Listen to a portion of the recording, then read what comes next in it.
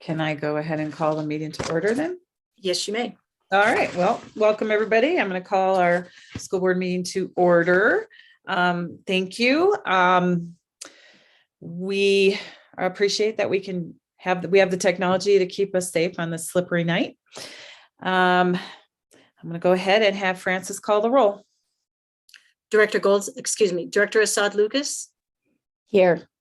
Director Goldstein. Here. Director Lockley. Director Mitchell. Here. Director Potter. Here. All right. As far as the agenda, Sorry, the garage door just. I'll entertain a motion to approve the agenda as stated.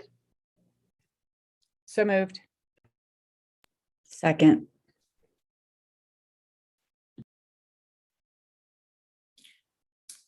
Director Assad Lucas. Aye. Director Goldstein. Aye. Director Mitchell. Aye. Director Potter. Aye. Okay, on to executive session. I'm going to entertain a motion to recess for an executive session to receive legal advice regarding case number 2021 CV0 31662, filed in District Court, Arapahoe County, a lawsuit challenging Tri-County Health Department's August 31st, 2021 public health order requiring facial coverings for all individuals ages 2 years and older in schools and childcare settings, pursuant to Board Policy 2.0, General Operating Limitations, and Colorado Revised Statute 24-6-4024B. So moved. Second. I'm sorry, who seconded? I did. Thank you. Director Assad Lucas. Aye. Director Goldstein. Aye. Director Mitchell. Aye. Director Potter. Aye. All right, we will recess to executive session and we will return at 7 o'clock. Board members and those going into executive session will now be moved into a breakout room.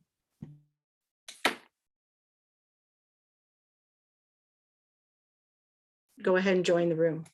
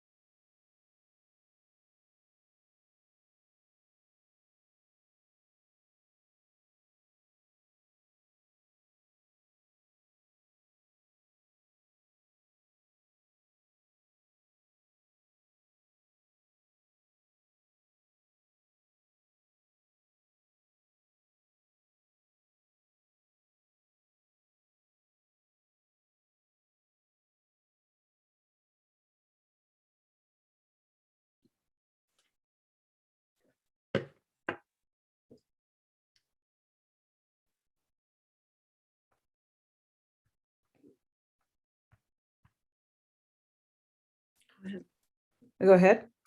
Okay, let's go ahead and go back to our regular meeting. We're going to start with the Pledge of Allegiance. Francis, do we have a virtual flag? We do. Jean will post one shortly. Here we go. Oh, okay. I pledge allegiance to the flag of the United States of America and to the republic for which it stands, one nation, under God, indivisible, with liberty and justice for all. Okay. All right. So next on the agenda is our superintendent update. Thank you, Lori. Well, so first off, I know that today was a little bit of an unusual ending for us in that we canceled afternoon activities and evening activities, which is a fairly unusual step.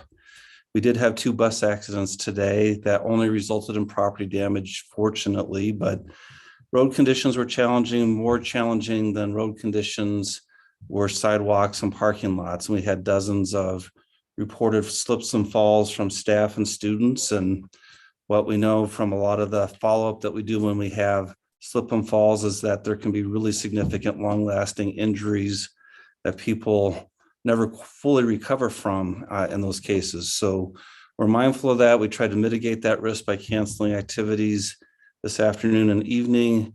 And I've just been in communication with colleagues in Addams County and throughout the Denver region, and the Addams County districts all feel like we're facing these same conditions. And we'll have announced through a number of channels, and we'll be doing so here in Addams 12 in the next half hour to an hour, that we'll be doing a 2-hour delayed start tomorrow with hopes that we'll have some sun to melt off some of this ice on sidewalks and parking lots and reduce the risk of slips and falls. So that's one thing that's actively on my mind. A second piece that's heavily on my mind is a former person who was a colleague of me and a former board member in Addams 12, Rico Figueroa. Rico served for a number of years on the board. I believe it's been 6 or 7 years since he concluded his service. And unfortunately, last week, COVID took Rico's life and he passed away. Rico was a couple weeks short of his 45th birthday. He leaves behind a tremendous family. Rico is someone really invested in our kids and our community, spent most of his professional career working on developing healthy relationships amongst married couples. He was a youth sports coach, and he was really a tremendous board member that I respected and really cared about deeply. And so it's a deep personal loss for me, and I know for a lot of others who worked with Rico, and just want to send our thoughts and prayers to Rico's family. I know there's a memorial service next Friday, and that there's solicitations ongoing to help support his family for those who are so willing. So I just wanted to recognize Rico here. Beyond that, COVID's been a challenge in our schools. These first 2.5 weeks back, we've had quite a number of cases. I looked at some data the other day, and roughly 1/5 of the cases seem to be amongst our staff, and about 80% of the cases are for students. Thus far, we've been able, even though our fill rate is not tremendous in terms of teacher and support staff vacancies, we've still been able to keep the doors open and school moving forward and inviting students to in-person learning every day in most settings. Our fill rate tends to be 50 to 60% most days recently. We'd like to have a fill rate of 90% plus, but given the limited supply of substitute teachers, that's not going to be feasible for the foreseeable future. And so right now, I'm tremendously grateful for teachers who cover a class during a planning period or consolidate classes at the elementary if they're missing a colleague, and continue to provide in-person learning opportunities for our students. I have optimism given what I've heard from Dr. Douglas at Tri-County, that there's a cautious optimism that the peak of Omicron has passed. I believe we're now 7 or 8 days consecutive of declining case rate incidents within the Tri-County jurisdiction. And my recollection, as Dr. Douglas said, we're about 23% below the peak numbers that we had 8 or so days ago. So I really have hope that if we can continue to make things work over the next week to 10 days, that the case rate incidence is going to come down significantly. We should have fewer student and staff absences, which will help have more consistency in what we're doing in classrooms. And in the end, I'm hopeful that with continued declines, both in case rate and in hospitalizations, that the day is coming when masks will no longer be ordered in our schools within our county. So I have present stress and challenge given what COVID's doing. And there are some places where we had to send large numbers of kids out. Century Middle School is an example of that, where we have 2/3 of their 8th grade class that are going to be out until sometime early next week because of a significant outbreak. We've had some other outbreaks that we've managed in similar fashion. We've had some staffing shortages in preschool in particular that have had us close down some preschool programs for days at a time. But all things considered, we're hanging in, and I think there's much brighter days ahead, both in terms of consistency in education and a lot of hope and optimism that I have that a day is coming in the not too distant future where masking orders will be removed. So those are some highlights from me, and happy to answer any questions you all may have. Thank you. Thanks, Chris. Does anybody have any questions for Chris?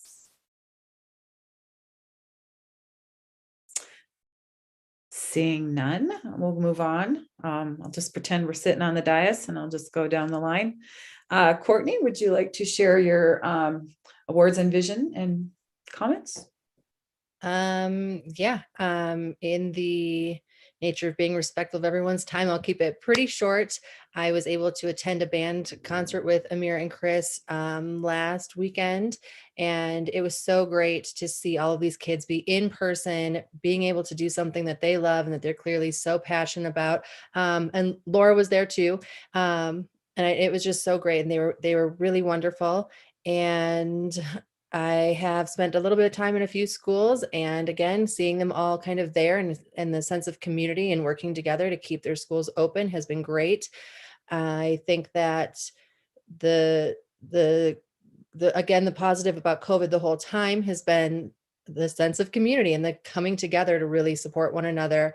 And with that, I am excited to say I've started the process to be a volunteer substitute in the district. I am probably halfway through that to be able to support some of our teachers and schools that need it. I know that was something that Lori, you had mentioned you were doing as well. And I just thought that was such a great thing that I had to jump on that opportunity. So thank you, Chris, for your update on the masks. I am cautiously optimistic. I think that's a big, that is just so uplifting for so many of us, and I'm excited to see kind of where that goes. So thank you. Thank you. Amira. Yeah. Hi. Let's see. Well, as Courtney mentioned, we attended the district honors band concert, and my oldest got to play in it. So that was exciting. The whole family got to attend, which might not have been exciting for the people sitting around us. But so it was just cool. She was really excited about it. So it was just fun to watch her and her friends and all the other students get to participate in that. I also attended the GT parents group on the 10th. This is kind of more of an update, I think. So the GT parents group is going to be hosting the Super Saturday. We didn't get to do it last year because of COVID, but it will be, so it's the day for elementary students, and they're just doing it a little bit differently this year due to COVID, but it will be in person unless we hear otherwise. That will be February 26th. And then on February 18th, to Friday, that students won't be in school, but they're helping with the GT Try It Out Day at the Future Forward campuses for Addams 12 middle school students. So that will be exciting to hear about that. I also visited North Glen Middle School on the 14th with Board President Goldstein and DTA President Dave Lockley. So it was great to hear all the things that North Glen Middle's doing, and just the hard work that they're doing, the great things that they're doing for students in spite of some of the barriers they're facing. Got to visit different classrooms and had the privilege to speak with a couple students. So that was really fun to get into the schools and see students and educators. And then I attended the FAC meeting this morning, and then I'll talk more about that during the committee update. So that is all. And then on a personal note, I know I've been sure everyone on the board's sick of hearing this, but I officially have all 4 kids in the district. So my youngest started preschool last Thursday. So woohoo. All right. But thanks. Thanks, Director Lucas. All right, Director Mitchell or Vice President Mitchell. I need to be more formal, I guess, because I answered both. So I just want to say this is our first full meeting since the holiday. So Happy New Year to everyone in the district, and welcome back. I hope everybody did get a chance to have a nice break. It seems like, that's late, but it's because it's our first formal meeting. But we were super excited. We got to go to Germany and meet our new granddaughter. And she was born in August. So that was just the first time we could get it all together. But that was very joyous and very exciting. It's really hard having them so far away, and especially when international travel is so tricky and crazy.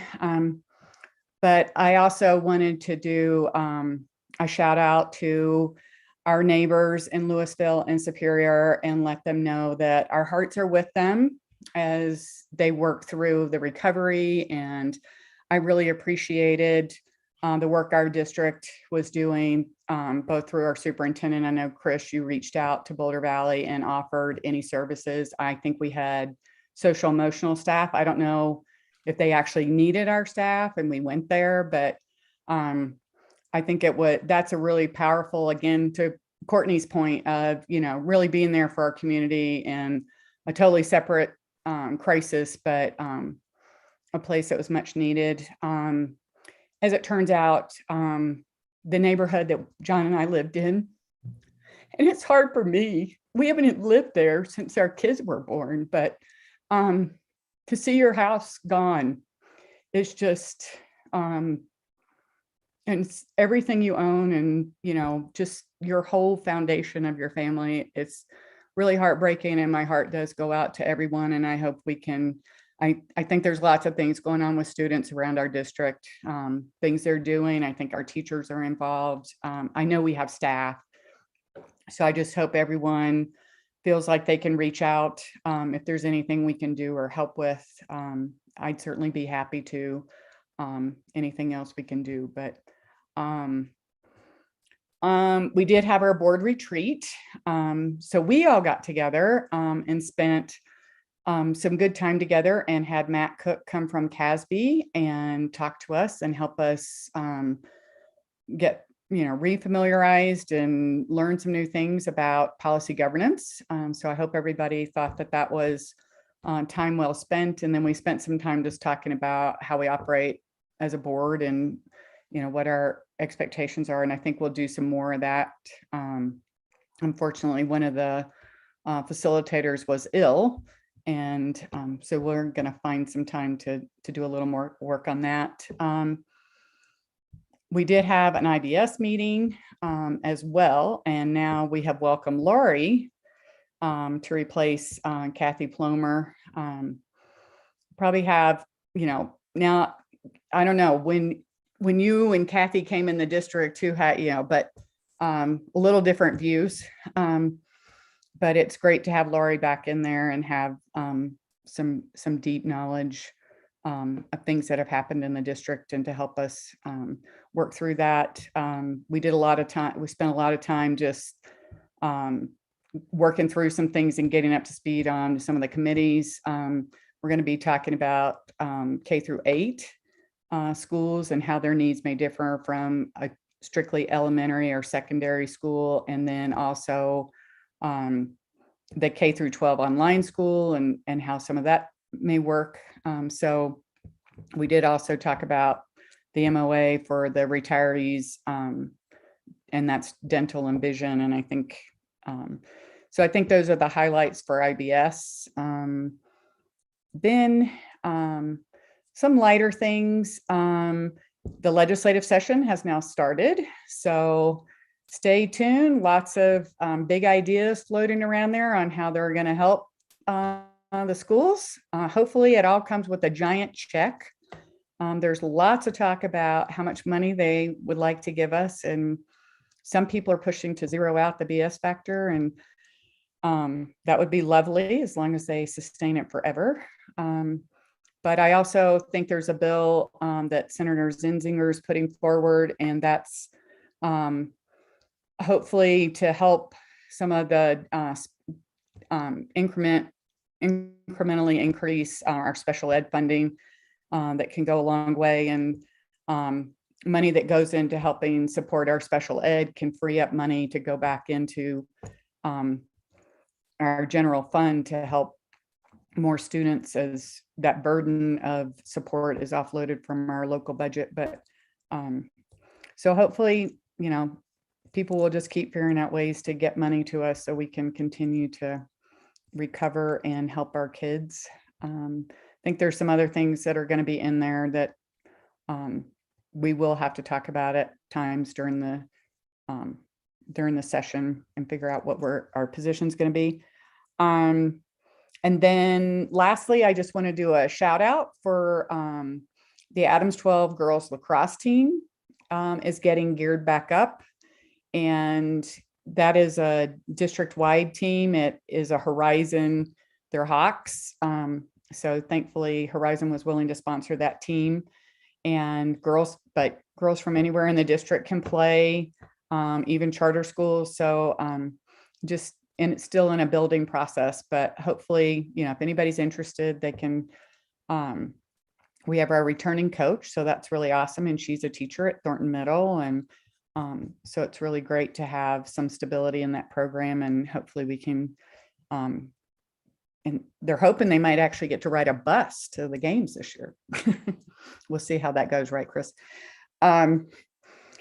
And then tomorrow night, I just thought I'd do another shout out because there's a big open house at our Future Forward programs, both Bowman and Washington Park from 5 to 8. And anyone, the community can come, future students can come and see what's in there. There's also the culinary arts will be at the ESC, but I just think it's a great opportunity to go see some of the work that's happened in those spaces for our community, and and help our staff there feel like, help them recognize the work that they're doing in building these programs and providing additional opportunities for our kids. So, and that's all I have. Thank you. So last Monday, we had the retreat, Director Mitchell already addressed that. Last Monday, I had my first day of subbing at Northland High. I've made a schedule of 4 hours a week for the rest of the semester. And I gave my schedule to the head administrative person, Val Roth. She was my secretary once upon a time. It's kind of fun to be back. There's still some people there that were there when I was there, and I think I left like 20 years ago. But anyway, so she set it up so that I went and I subbed for one teacher last week, and it was in social studies, and I did U.S. history, economics, and government. And the kids were great. Some of the teachers popped in to say hi. The principal, Sherry Blunt, came in to say hi, and it really was a great time. It went really smooth. And then I was there again today, and I did 3 different teachers, 3 different classes. I did English, Sarah Steinbeck Ball's class. She taught my daughter. And then I did a government class and an art class. So that was fun. And it was very slippery. I kind of slipped in the parking lot there, but I didn't fall. Went to IBS for the first time again on January 12th. It's good to see a lot of the same folks there that were there years ago. Last Friday, Director Lucas already mentioned, we were at North Glen Middle School. I spent time with her there with the DTA president, Dave Lockley, and then Dave Lockley and I went over to Silver Hills. And so North Glen Middle School, you know, it was kind of emotional for me because that's where I taught for 11 years with a lot of the same people that we were meeting with that day. And there was this sense of these people are giving it their all, and they're holding it together with their children so well. And the way they have their rapport with their kids and what they're doing in class. But, you know, I had some senses of how tenuous it is for some of them, just by the way they hugged me. It was these tight hugs, and I was so happy to see them, and they were happy to see me, but it was so intense. I don't know how, that's just how it was. But the administration took some time to talk to us about how they're coping and what they, you know, the things that they have in place so that they can deliver great instruction every day with their kids. And it was really, I really appreciate the administration and the teachers taking the time to be with us. And then I went over to Silver Hills, and Julie Evans, the principal there, she took time out of her day also to show us around. And so we spent a lot of time, that's where my daughters went. So I knew a lot of the teachers there too. And I went into the SSN room where Darcy Stang is the teacher there. And I was her student teacher when I got my special ed endorsement. And she works with the kids with the significant needs. And it was good to see her. And then into the effective needs classroom, which is very challenging right now. Some of the needs of some of these kids are very intense, and a lot of it they can attribute to being remote for a period of time. But anyway, it was great to be out there and to interact with them. Yesterday, I went to the Equity Task Force meeting last night, and that was a really good positive experience. The company has been doing work and interviewing some of our people in the district, and they were sharing some of their findings. And I also had a little meeting with Shannon Hancock to catch up with all things Education Foundation. And she told me, how much money the Education Foundation raised for the staff members and some kids who were affected by the Marshall Fire. And so they've got a plan of how they can distribute some of these funds to help support these people. So thank you to everybody who generously donated to the Education Foundation for that purpose. And there's a lot of other places to donate, but there's a community that's really in need. I'd like to put it on the record. Congressman Ed Perlmutter has chosen not to run again. He is the congressman for the Congressional District 7, which encompasses Addams 12. And since our ad building is in Congressional District 7, he's kind of our representative that represents our area. And I represent Congressional District 7 on the Federal Relations Network for CASB. I just want to shout out all the things that he's done for not just public education, but specifically for Addams 12. He's been a huge supporter of North Glen High STEM program. He encourages competitions for app development, and the kids take him up on these challenges, and some of the things they come up with are just amazing.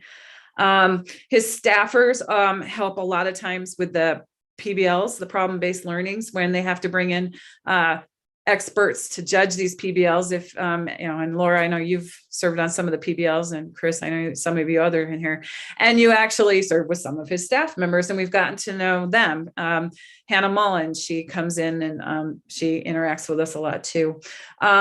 He has a high school advisory group that has representation from the high schools in Congressional District 7. Hannah, my daughter Hannah was on that when she was in high school. And then he and all the congressmen do interviews for appointments to military academies. And he had quite a system set up for that. And he's just a huge advocate for public education. I've visited in his office in DC, and him and his staff members are very open to listening to what we're advocating for public education. And so he'll be missed and be a tough act to follow.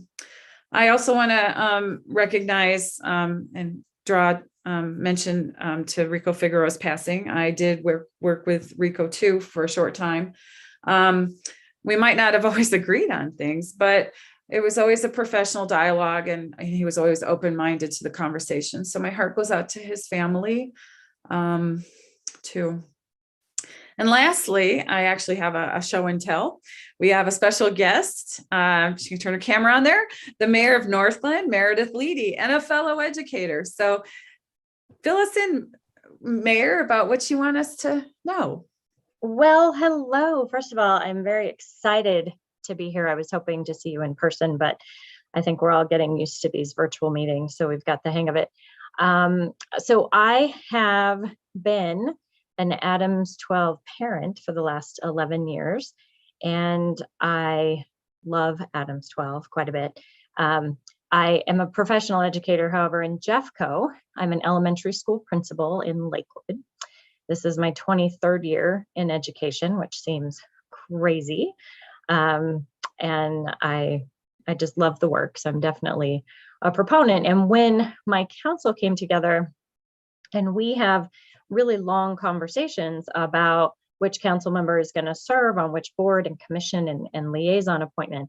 And I was thrilled to get this opportunity because education is definitely where my passion lies. So, couple of things. I have 2 children. My daughter just recently graduated from Mountain Range High School, which I can't believe that happened. My son is a freshman there. They both went to the studio school, and they also both went to Century Middle School. So that's kind of our trajectory. And all 3 of those were through choice enrollment. So none of those are neighborhood schools. That doesn't mean that our neighborhood schools are bad. We did the choice process, so I'm very familiar with that. A couple things to note: Addams 12 as a school district is almost exactly the same size as my city. So the city of North Glen has about the same amount of residents as you do students. I've been on the city council for 4 years. I'm in my second year, or finished my second year of serving as mayor. And I love this work. I love this job. Specifically partnering with Addams 12. One of my favorite things is when we collaborate on school safety. So whether it's, broader topics, more intense topics of school safety, or if it's just getting the word out when back to school season comes around and we have our officers on the streets to support our students. But that school safety partnership is my absolute favorite. I also would love to invite you all to come to one of our council meetings. We have quite a few schools in the city of North Glen, but we know that North Glen students attend a wide variety of Addams 12 schools. So we would love for you to come and visit and continue that partnership. And I'm here if you have any questions, but I'm really just here to be with you. So nice to meet you all virtually. I know some of you. Hi, Chris. We're glad that you're here. Does anybody have any questions or comments for Mayor Lady? Laura? I was just going to say, welcome to the meeting. I came on the board. I've been on, this is my 7th year. I can't keep track. I guess it's my 7th. But the relationship we've had with North Glen has always been so strong, and it's just one of the cities that, is all in Addams 12. So we don't have to share you with anybody. And so it's just everyone. We used to have dinners with the North Glen City Council when I first got on, and had some really great exchanges. And so, it was a group that was really welcoming, and again, just super collaborative, and I've been in some of the PBLs I've been in at North Glen High School. Of course, there are, staff and council members. So it's just, thanks for all North Glen does to support our schools and our students there. It's really a great partnership. Right. And I welcome the idea of bringing the dinners back. The other thing, as a principal, something I value is having, lunch or breakfast or whatever, having some sort of meeting with my elected officials in Lakewood. And so if that's something that we can do with your leadership, I would appreciate that too. Okay. We can look into that. And I'll be coming to a city council meeting soon. And just to let you know, there are 5 of us and there's 5 cities. So we have to divvy things out, and we kind of done it based on where we live. And Director Lockley is the liaison for North Glen, and she can't be with us tonight, but just so you know, I'm sure she'll be reaching out. That's great. Good strategy. Yeah. Director Lucas. I just want to say thank you for joining us tonight, and it's nice to meet you virtually, and I look forward to getting to meet you in person. And I just want to say thank you for your support of our schools and being such a strong advocate for public education. So thank you for all that you do. You're welcome. Nice to meet you. Courtney. Director Potter, sorry. I just wanted to add on, kind of like what they said. Thank you so much for taking time out of your busy schedule to be here. It's kind of fun that you're all ours, and we get to kind of like hug you and as a city. And I look forward to working with you more and hearing more about you and how we can support each other moving forward. So thanks again for being here. Awesome. Thank you. Anything else from anybody? Well, thank you, Mayor, for taking the time it's always great to see you. Yeah, you too. And we'll be seeing you, I'm sure. Oh, yeah. Thank you. All right. On to public comment. So, Francis, do we have any public comment tonight? We do. We have 10 people that have signed up. Not all have joined the meeting at this point, but we will get started and hopefully the others will come in. Just want to run through a few of the parameters. Please, when you start your comments, if you would please state your name and the city of your city of residence. There will be 3 minutes per speaker. Normally I have a 30-second sign to hold up, but I did not think about grabbing that on my way out the door tonight. So I will wave my hands or try and get your attention just to let you know you have 30 seconds left. If at that point you could please start wrapping up your comments so we can stay within the 3-minute time frame so we can get everyone in and keep things moving tonight. At the 3-minute time frame, I will let you know that your time has ended and we'll then mute you and we'll move on to the next speaker.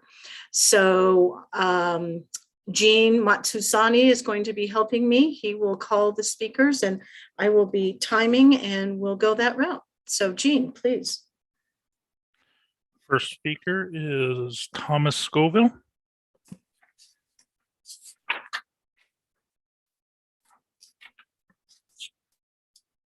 Tom, you're still muted.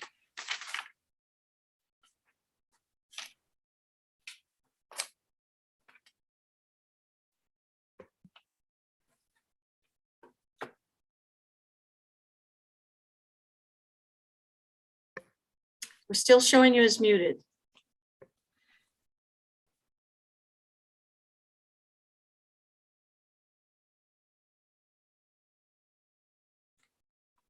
Oh, there it is. Can you hear me now? Yes, we can. Please go ahead. Okay, sorry about that. My name's Thomas Scoville. I live in Thornton, Colorado. First, I'd like to point out that at our next in-person meeting, I have an exception for wearing the mask because I'm hearing impaired. Anyone who talks to me is also accepted, and speakers at the podium are accepted when they are 12 feet away from anyone else. Next, with new leadership in Richmond, Loudoun County, Virginia is back in the news. I've urged you to disengage from the National School Board Association because, like fascists, they have sicked the feds on parents who said things they disliked. If the Colorado Association of School Boards does not also leave, you should disengage from them as well. Please act quickly before guilt by association sets in. Now back to the splash guards. Rigorous enforcement of mask orders is required to get the high compliance needed to have any hope of achieving the marginal effectiveness touted by the proponents of face masks. Otherwise, we have only useless virtue signaling and unnecessary costs and hazards. Enforcement, however, has been disappointing. In stores, I see fair but imperfect compliance, with management doing little about it. I have noted flagrant violations by the city of Thornton at the city council and at their rec centers. And I've mentioned problems with Addams 12. Leader failures surprise me because a class 1 misdemeanor comes with a fine of $500 to $1,500 and confinement for 6 to 8 months. Locker room activities and sports like basketball are not included in the order's list of exceptions. While it may be inconvenient or seem silly, leaders are obliged to assure compliance. Although with his recourse of misdemeanors, Dr. Douglas may not see such issues. Having had time to amend the order, we can conclude that he is happy with it. But his order can be improved, and I encourage you to ask Dr. Douglas to modify it even while you enforce it rigorously. Weak enforcement is problematic because it encourages the public to flaunt the mask order in particular and law in general. And weak enforcement will not speed the end of the pandemic, for which we are all eager. Finally, this is the 50th year of Title IX. Since 1972, female participation in sports has increased tenfold. I think it would be a gross violation of civil rights to require persons without a Y chromosome to compete with persons who do. Other boards seems not to care. I urge you not to join them in their silliness. Thank you for your time and attention. Thank you. All right, next. Our next, sorry, our next speaker will be Matt Zufudo. Thank you. Go ahead, Matt.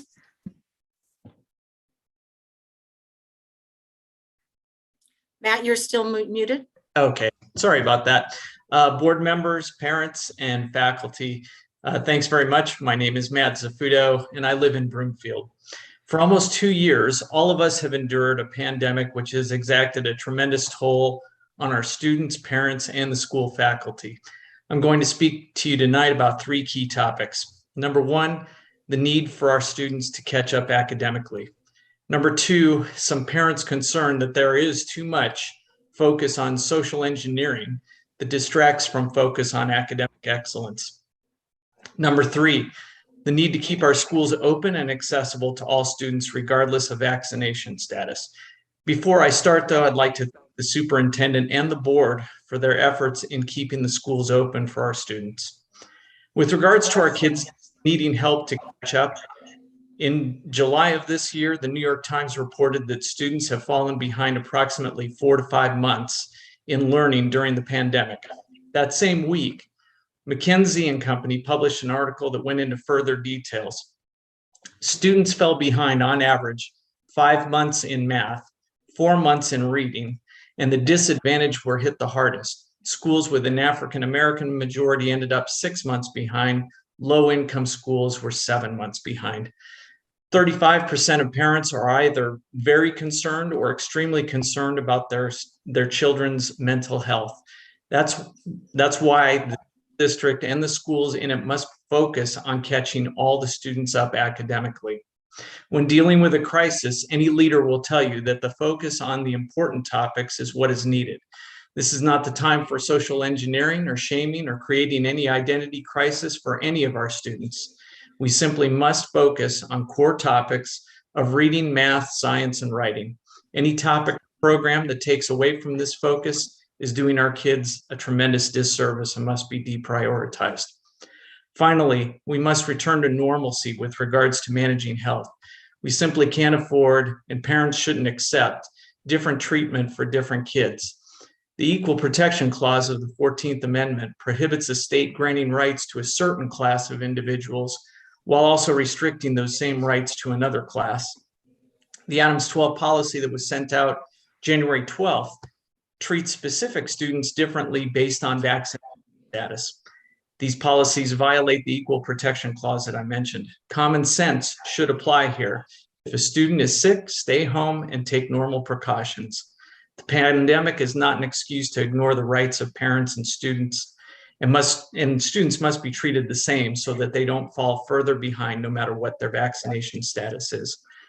Thanks very much for making this available this evening, and I appreciate your time. Thank you. Jean, who's next? Our next speaker will be Andrea O'Kell. Andrea, excuse me for just a moment. I just want to remind speakers and let them know that you will be removed from the Zoom meeting after your comments are completed, but please continue to watch on the live stream, which you can access via 5-Star YouTube or through the district website at our board docs. Thank you. All right. Hi, I am Andrea. I live in Broomfield, and I'm also a teacher in the district. So we are dying as teachers. We're burned out and exhausted. But what we heard on return from winter break is our test scores are down. We need more rigor because our kids are failing. My first thought was, when I heard this, was, well, duh. We lost an entire year of quality instruction. What did we think was going to happen? We were still expecting children and young adults to make normal growth when they were completely uprooted from structure, supports, and routine. That doesn't seem logical to me. After the first week of class in August, one of my students told me, I learned more in this 1 week of school than I did all of last year. He told me about how they did less than we think they did. When we called their names, they would look at the screen, look at the chat, and try to come up with a sufficient answer. The whole class agreed. And he's a really good student with a very supportive family. I'm working as hard as I can right now to give quality instruction that I think is relevant, equitable, and engaging, because that's what I believe our kids need right now. We need to boost morale, not raise test scores. We need to engage them, not standardize them. We need to spend our time and energy on creating classrooms that teach our kids how to navigate this world with reason and compassion. The learning gaps start to close when students feel invested in their education. This reprimand about low test scores is particularly frustrating because it comes at a time when we're incredibly overworked. Our to-do list is never ending. An email is sent almost every day asking if we can cover other classes. And let's also not forget that we're still in a pandemic, or that some of us are starting to approach anniversaries of deaths of loved ones.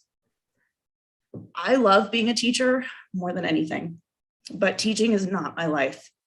And if I want to be a good teacher, it can't be. Teachers have lives outside of work that also require caretaking, responsibility, and time management. We have children to watch, elders to care for, pets to look after. We have cars that need oil changes and houses that need repairs. We have bodies that need to be nourished, exercised, and rested. We are not superheroes, we are human beings. So I'm asking you to please pause, take a step back, and look at the bigger picture. Do you want to support your teachers? You could begin by removing the iron fist of test score doom. We will naturally raise test scores because we teach them critical thinking, perseverance, and determination. Because we teach them metacognition and analysis and hypothesis. Because we can make a C+ feel like a Congressional Medal of Honor and an A- feel like a slap in the face. Ms. O'Kell, your time has expired. Molly's poem, but you get the idea. Thank you, Andrea. Jean, who do we have now? Our next speaker will be Angel Ruiz. Thank you. Go ahead, Angel. Hi, I'm Angel Ruiz, and I live in Thornton, and thanks so much for having this available tonight.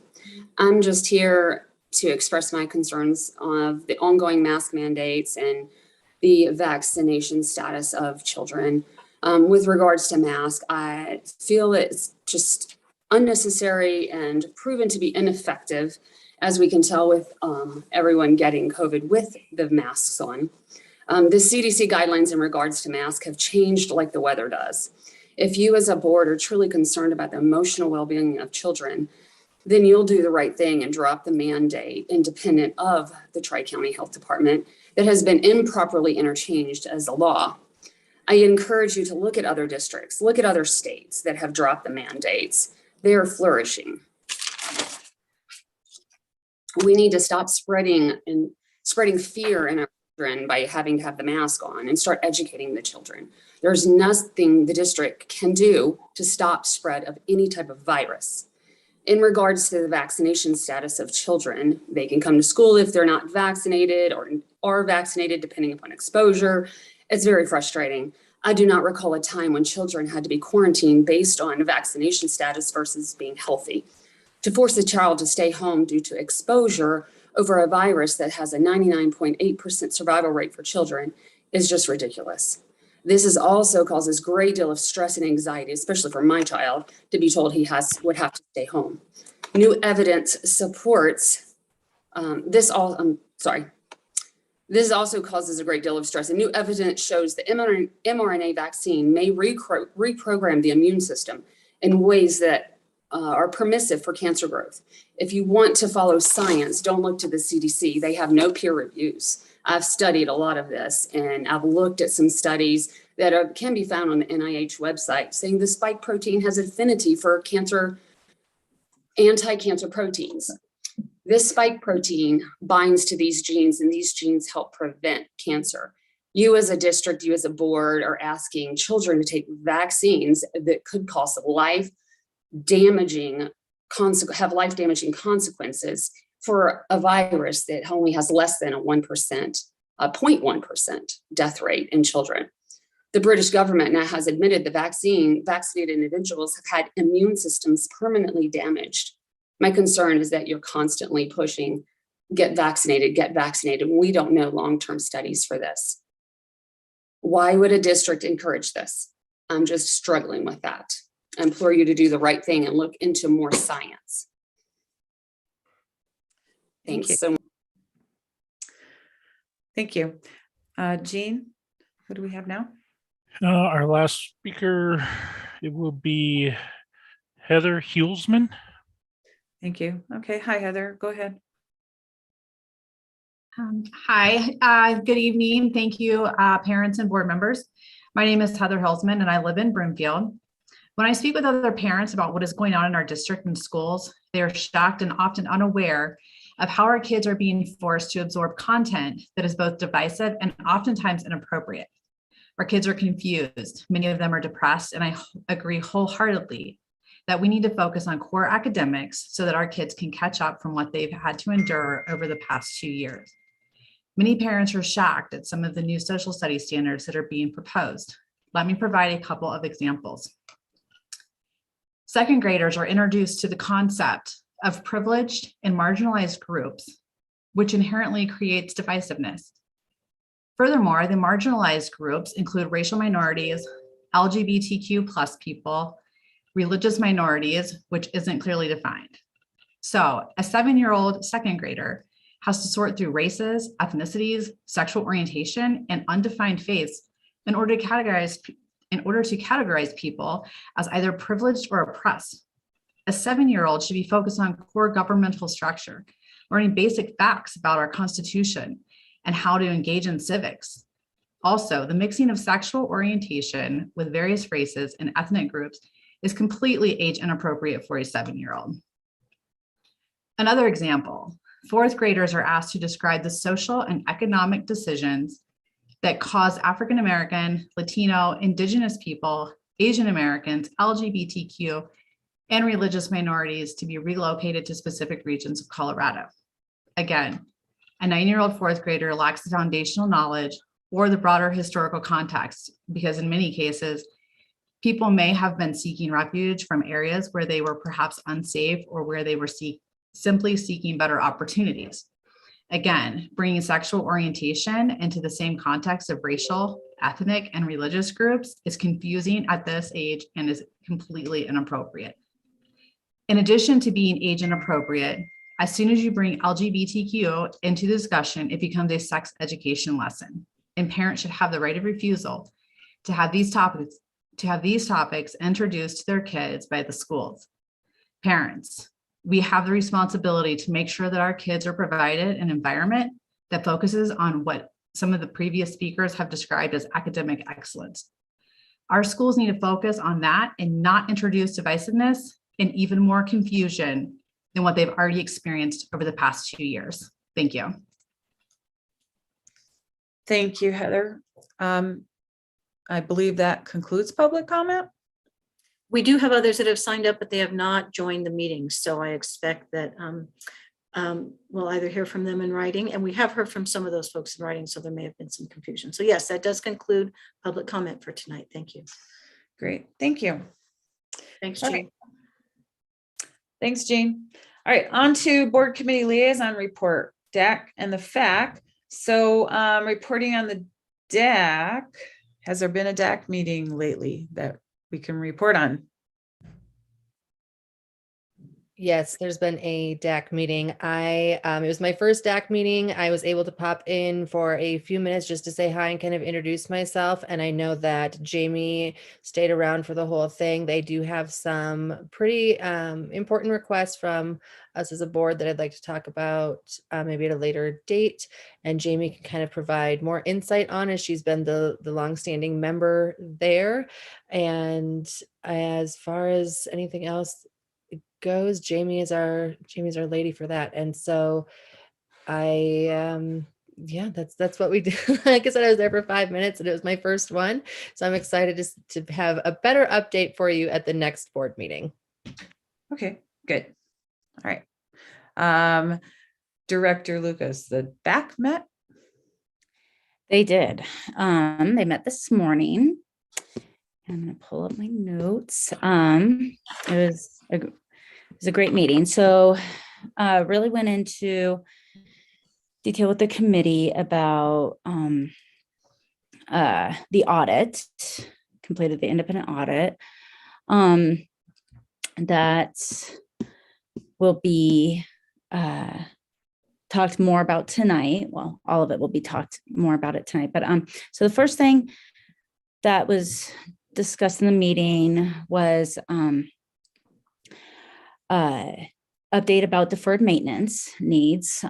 So the committee got to ask members, got to get more clarification about that and understanding about that. And they were able to really educate the committee about a lot of the, not a lot, but some of the more of the deferred maintenance stuff are new projects that have come up since the bond has been passed. Just wear and tear on buildings, normal kind of stuff, roofs, HVAC systems, things that are going to happen. But discuss that. Let's see. Also talked about, sorry, that's probably why I can't see.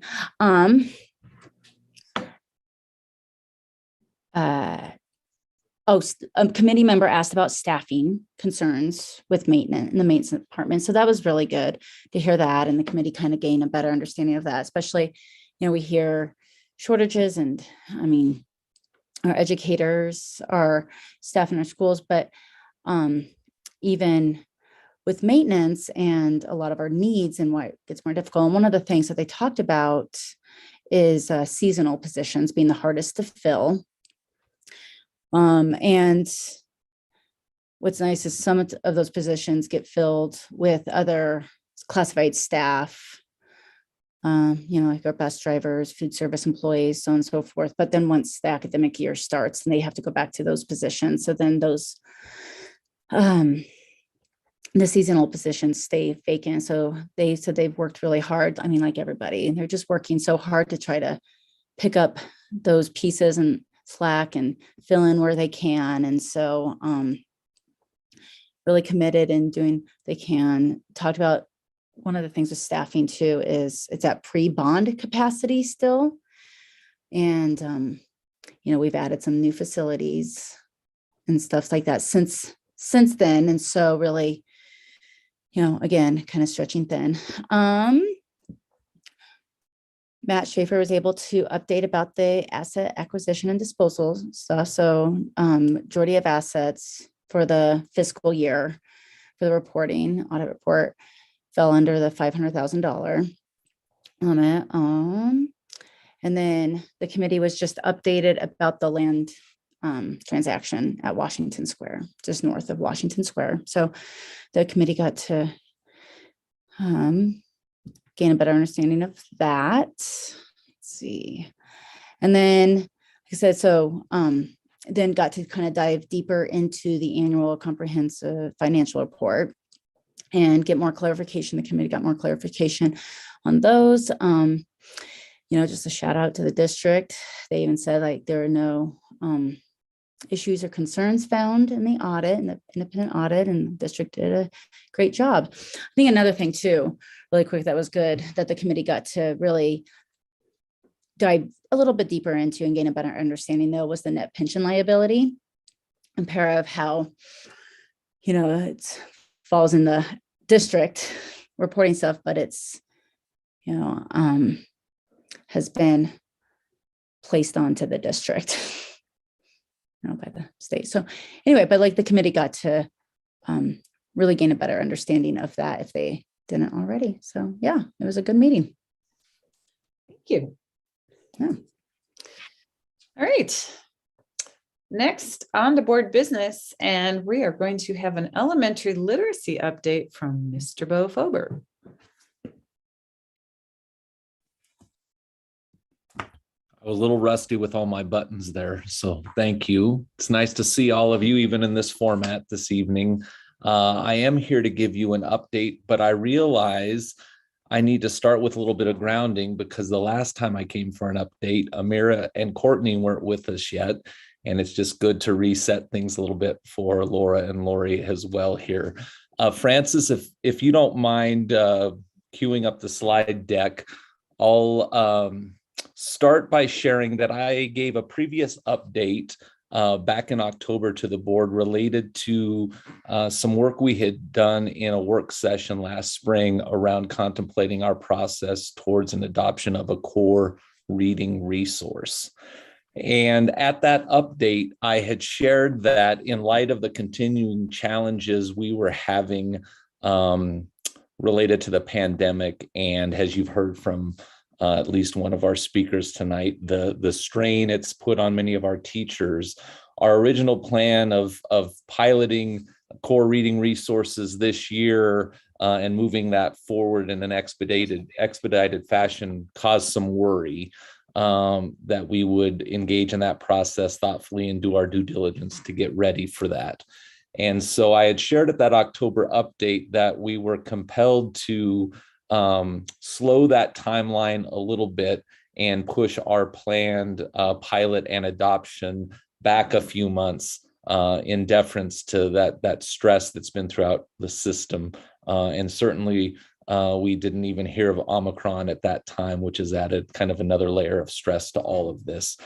And if you recall at that last meeting, one of the things I had told you we were on the cusp of doing is surveying our principals and teacher leaders about how they felt about continuing with the plan as originally stated, which was to begin piloting resources and starting to utilize them this January, or delaying that to next August. And so as we start the presentation here, Francis, and we can go to that next slide, I want to begin tonight by sharing with you the results of that survey that we provided to just slightly less than 200 respondents. That included a mix of all of our elementary and K leaders and many teacher leaders. So you can see here, we gave that survey out to our instructional leadership teams made up of those folks, had 189 total respondents.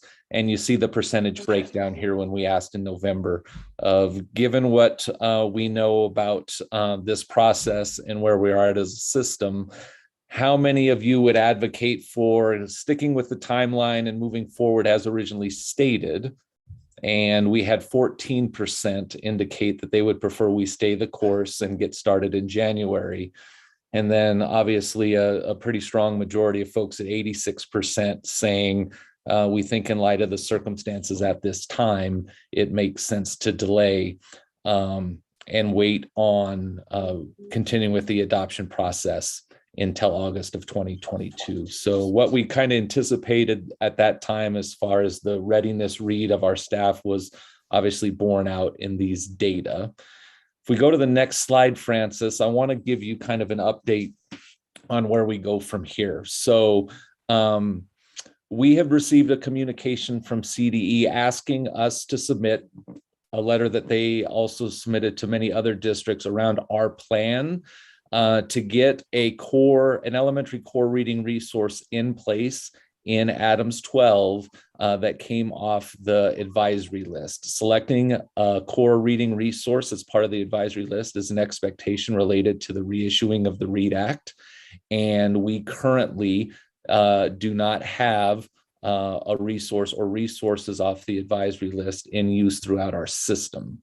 And so we are to submit a response to CDE with our plans for that adoption originally this past Monday on the 17th. We realized, although we had our memo ready, there was some room for us to collect some further input and thinking around what is the best course moving forward. And so we had asked for an extension on Monday, and they granted us one through the end of next week. And we are currently working right now to polish our plan and get some feedback from a few stakeholders in our system to determine exactly what we're going to do next in terms of a revised timeline that gets us into a place of having a core reading resource in place and available throughout our system. So we anticipate finalizing that memo within the next week. We will share it with you prior to sending it on to the Department of Education by next Friday. So that memo will really outline our revised plan moving forward, and we look forward to sharing that with you and sharing it with our partners at the state within the next week. Next slide, Francis. So still staying in the core reading adoption lane, I want to share with you some prioritized work that we know is going to take place regardless of the specific next steps we're going to take moving towards adoption and implementation. We have a half-day meeting set aside next Friday morning for our leadership team alongside our CDE-approved consultant to start to plan out next steps in our adoption process. So as that comes into focus over the next week, we will be using that time next Friday to really prepare for everything that we're going to need to do to engage all of our stakeholders across the system in giving us feedback and helping to make a really thoughtful selection around a core resource moving forward. We also know that we have several partnership districts along the Front Range that are already utilizing resources on CDE's advisory list, and we are going to take advantage of our proximity and their current use of resources that we're also interested in to go out and do some visits. We want to be able to hear what their experiences have been, what they've liked, what they've learned about their process, data impacts that they may be seeing with kids. There's a whole host of questions we're going to have for people that have already started down this road that we want to be able to learn from and apply to our own work. So we'll be looking at some qualitative questions. What were your impressions? What were your experiences? And some quantitative pieces. What have you noticed in terms of impact, in terms of usage throughout your system to date? So that will be coming up over the next several weeks.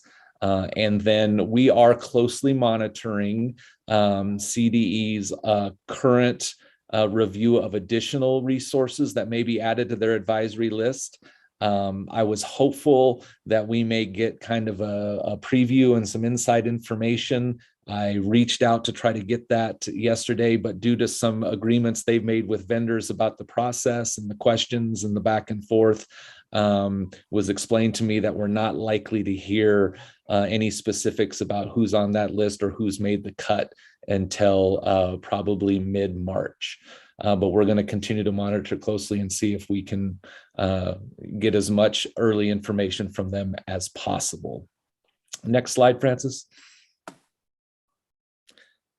Want to pivot a little bit in this update and talk to you about some resources that are beyond the core adoption. So the core resources that Universal provided for all throughout our system aligned to the science of reading from CDE's advisory list. And yet we know to meet the needs of all students in all of our schools, you need supplementary and targeted resources that are beyond Universal, that add more intensity, more specificity, and we have our eye on adding to those or adding those resources to our toolkit as we go forward as well. So currently, we are already using Phonics Blast from Really Great Reading for specialized instruction in our system. We have 6 elementary learning specialists right now who just finished a pilot of 2 resources at the elementary level that are well aligned to the science of reading, and that's Just Words and HD Word. And we're looking to bring those on for supplemental support and specialized instruction for basic reading disabilities. And we anticipate those resources going through our 6230 process, which will have me and members of my team bringing it back to you for consideration of adoption. So that's some specialized resources we have in place and are planning to have in place at the elementary level. Next slide, Francis. We also are on course with a similar pilot of new resources at the secondary level. So right now we have 8 secondary learning specialists who are just starting to pilot 2 resources aligned to science of reading, Lexia and HD Word. And these are also to be used for specialized instruction with students who have basic reading disabilities. Their pilot is just starting, and so they're collecting metrics and feedback. And so that process of those 2 resources going through our 6230 committee will happen in April. And again, we will be circling back with the results of that to you through a future consent agenda item. But certainly really excited for all of those specialized resources to be in place and utilized without our system next year. We also, in the student support lane, are starting to vet. And so they're collecting metrics. Is anybody else getting feedback? I'm hearing myself. It's throwing me off. We're also vetting Haggerty's Bridge the Gap intervention lessons for another supplemental resource that we want to add as part of specialized instruction. So we're just starting down the path of looking at that piece, but that's another element we're interested in bringing and adding to the resource toolkit for our learning specialists. And then there's one more slide in this section, Francis, and that's also the beginning, if we can go to the next slide, of vetting Haggerty's phonemic awareness lessons for supplementary, back one more, Francis, for supplementary use for targeted instruction within our classrooms. And that would be at kindergarten is one set. Then there's another set at primary, which is 1st and 2nd grade. And then there's a primary extension that covers grades 3 through 5.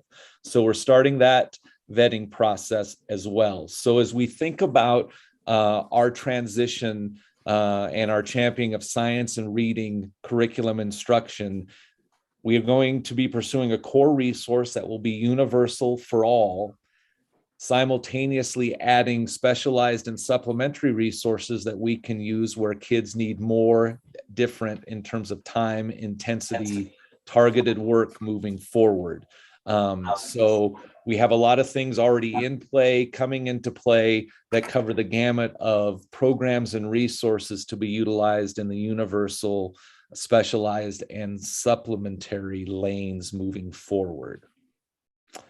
Francis, next slide. So this next section, I want to give you some updates related to professional learning. If we could advance one, Francis.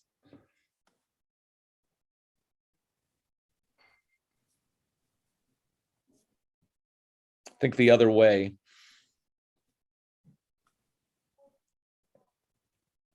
Sorry, I lost track of you. Is that, That's all right. And one more. all right, there we go. This is it. So some updates in professional learning. So as of December, just before we went on winter break, we did some data collection, encouraged teachers to submit their work. And at that point in time, we had about 40% of our teachers throughout the system who were required to complete the 45-hour training had completed it. And as a reminder,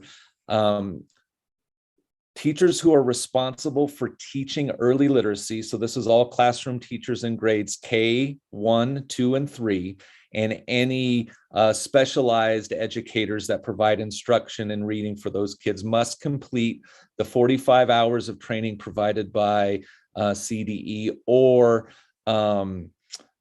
another indicator of proficiency, which is most typically done through a reading teacher endorsement. There are some other specific coursework, but usually the endorsement or the completion of the 45 hours are the most common way. We have about 40% of those who must complete it by next August already done. So that group of teachers is around 500 in total. So we're nearing that midpoint of around 250 of our educators who have already completed it. All of them must be done with the 45 hours or submit another indication of proficiency by the start of next school year. So that's the timeline that's in place. We're going to collect data again later this spring around an April time window, and I'll update you at the percentage at that time. But obviously feeling pretty good that we're already at 40% of our teachers completed it even before we reached January of this school year. We also just signed up another 30 learning specialists to complete Orton Gillingham training beginning in February.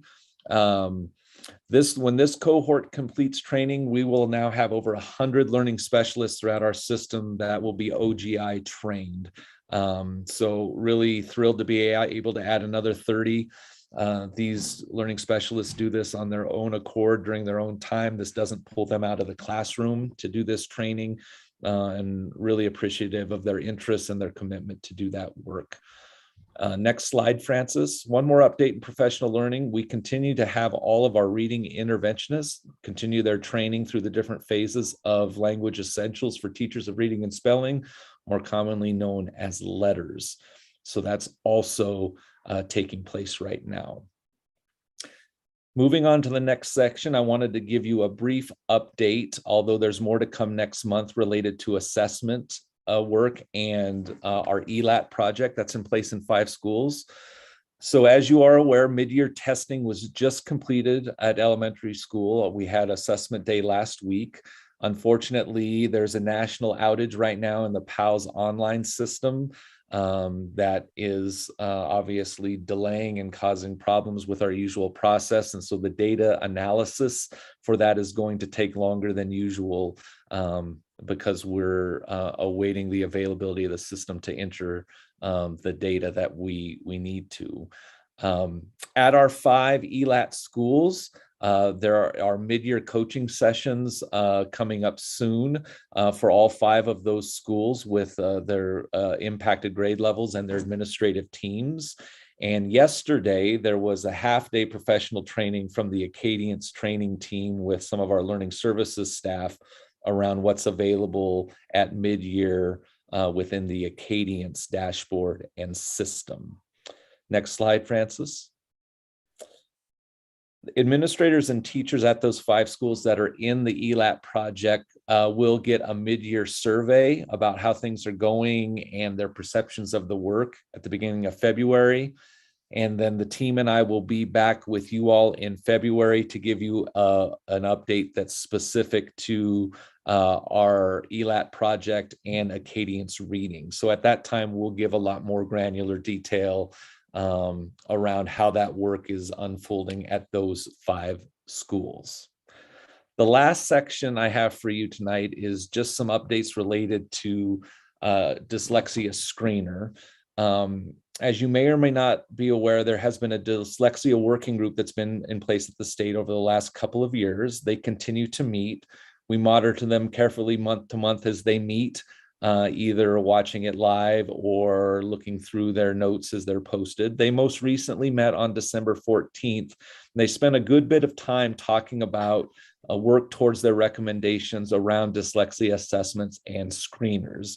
And they realized in the course of that meeting that the time has come for them to establish a small group among themselves to really take a lot of the work that they have in place and the tools that they vetted and collected and start to organize them in a way that they can be distributed to schools so that we can start looking at them and putting them into practice in our own system. And there are 6 different things that they have listed that they want to organize and be able to present that fall in the lane of assessment, progress monitoring, and screening. And so we're anxiously awaiting their work and look to benefit from the vetting and thinking that they've done in that space moving forward.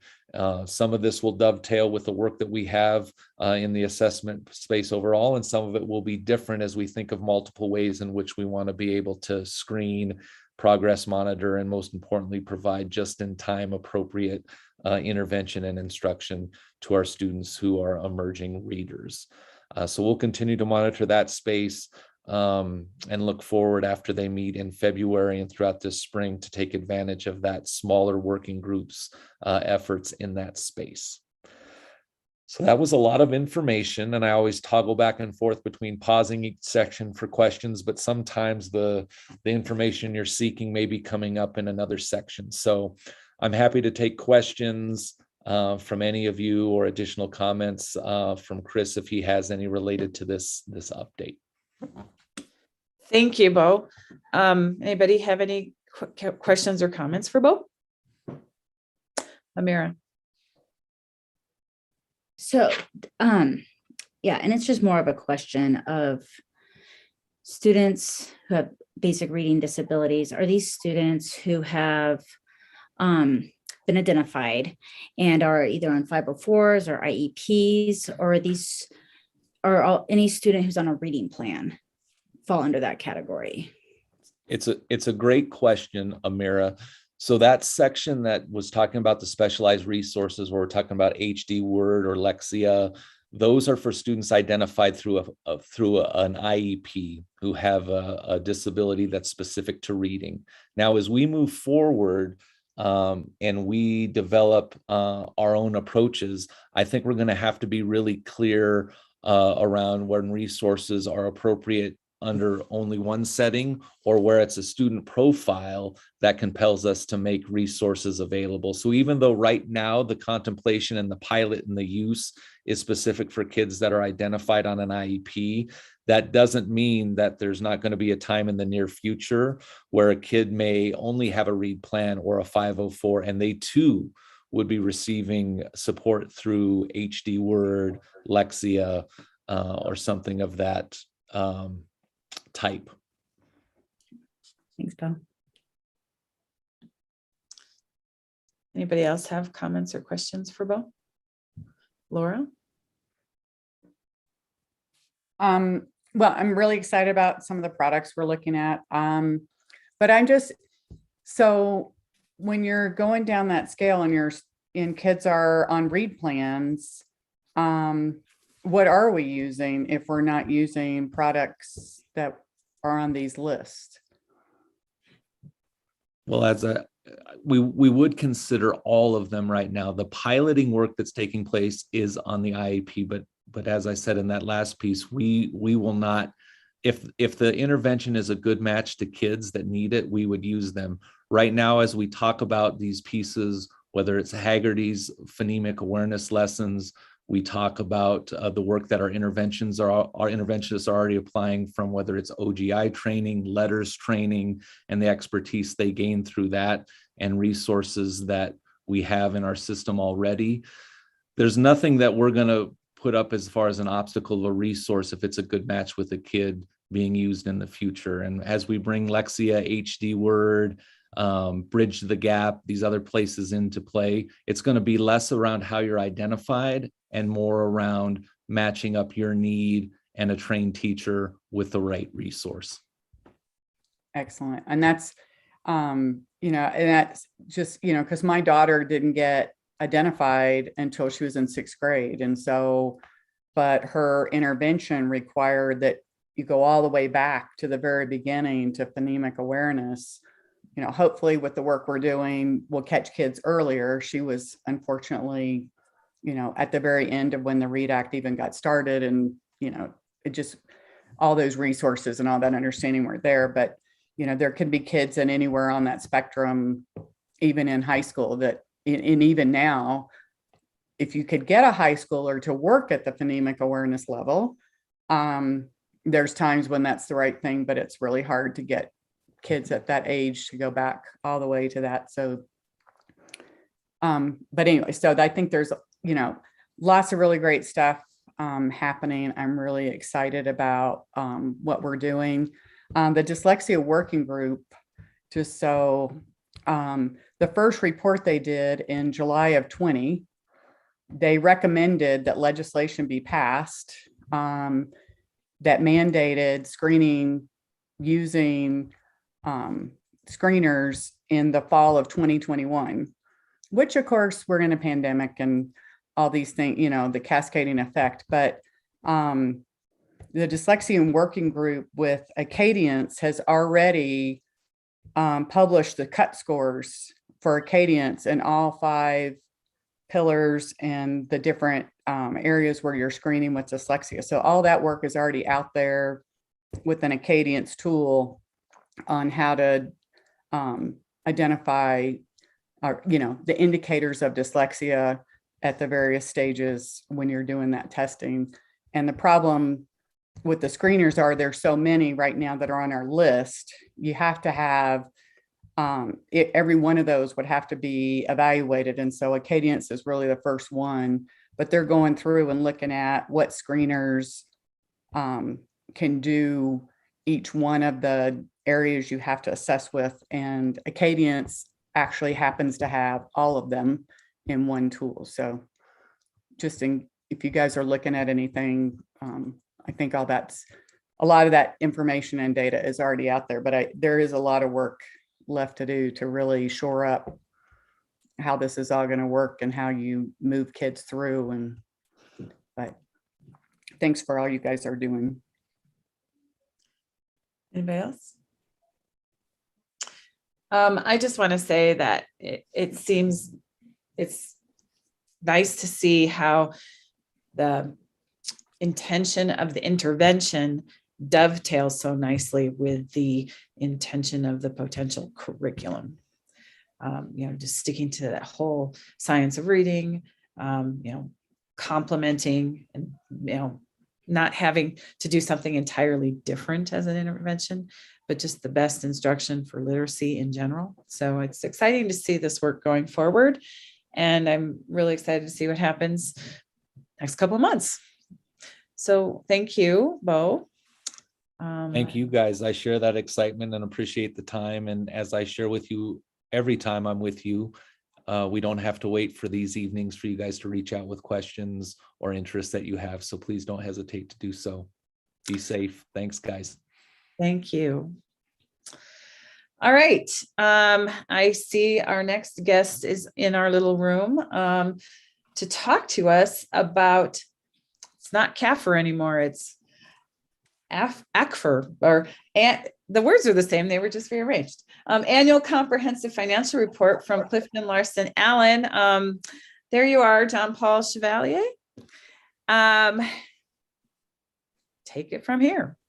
All right. Well, I appreciate the introduction. Again, my name is John Paul Chevalier. I'm one of the lead auditors for Addams 12 School District. And so I'll give as was mentioned earlier in the FAQ update, we did have a meeting this morning where we went into quite a bit of detail on the financial statements themselves for about an hour. So we'll try to be a lot more brief tonight and just kind of cover some of the highlights. So we kind of went a lot into the document, looked at each of the different areas and some of the key highlights from those areas.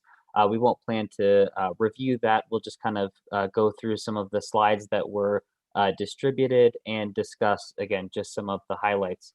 As was mentioned, one of the big changes this year is that the name was changed from Comprehensive Annual Financial Report to Annual Comprehensive Financial Report. That was not a mistake. That was an intentional change that was made nationwide, actually. The previous acronym in other parts of the world could sound like an ethnic slur when pronounced. And so they decided that in the spirit of inclusivity, that they were going to change that. So again, an intentional change. So you're not going crazy if the words look similar, but just off a little bit. So with that, I will share my screen so I can pull the slides up to make it a bit easier for everyone to follow along. All right, can you see that? All right, perfect.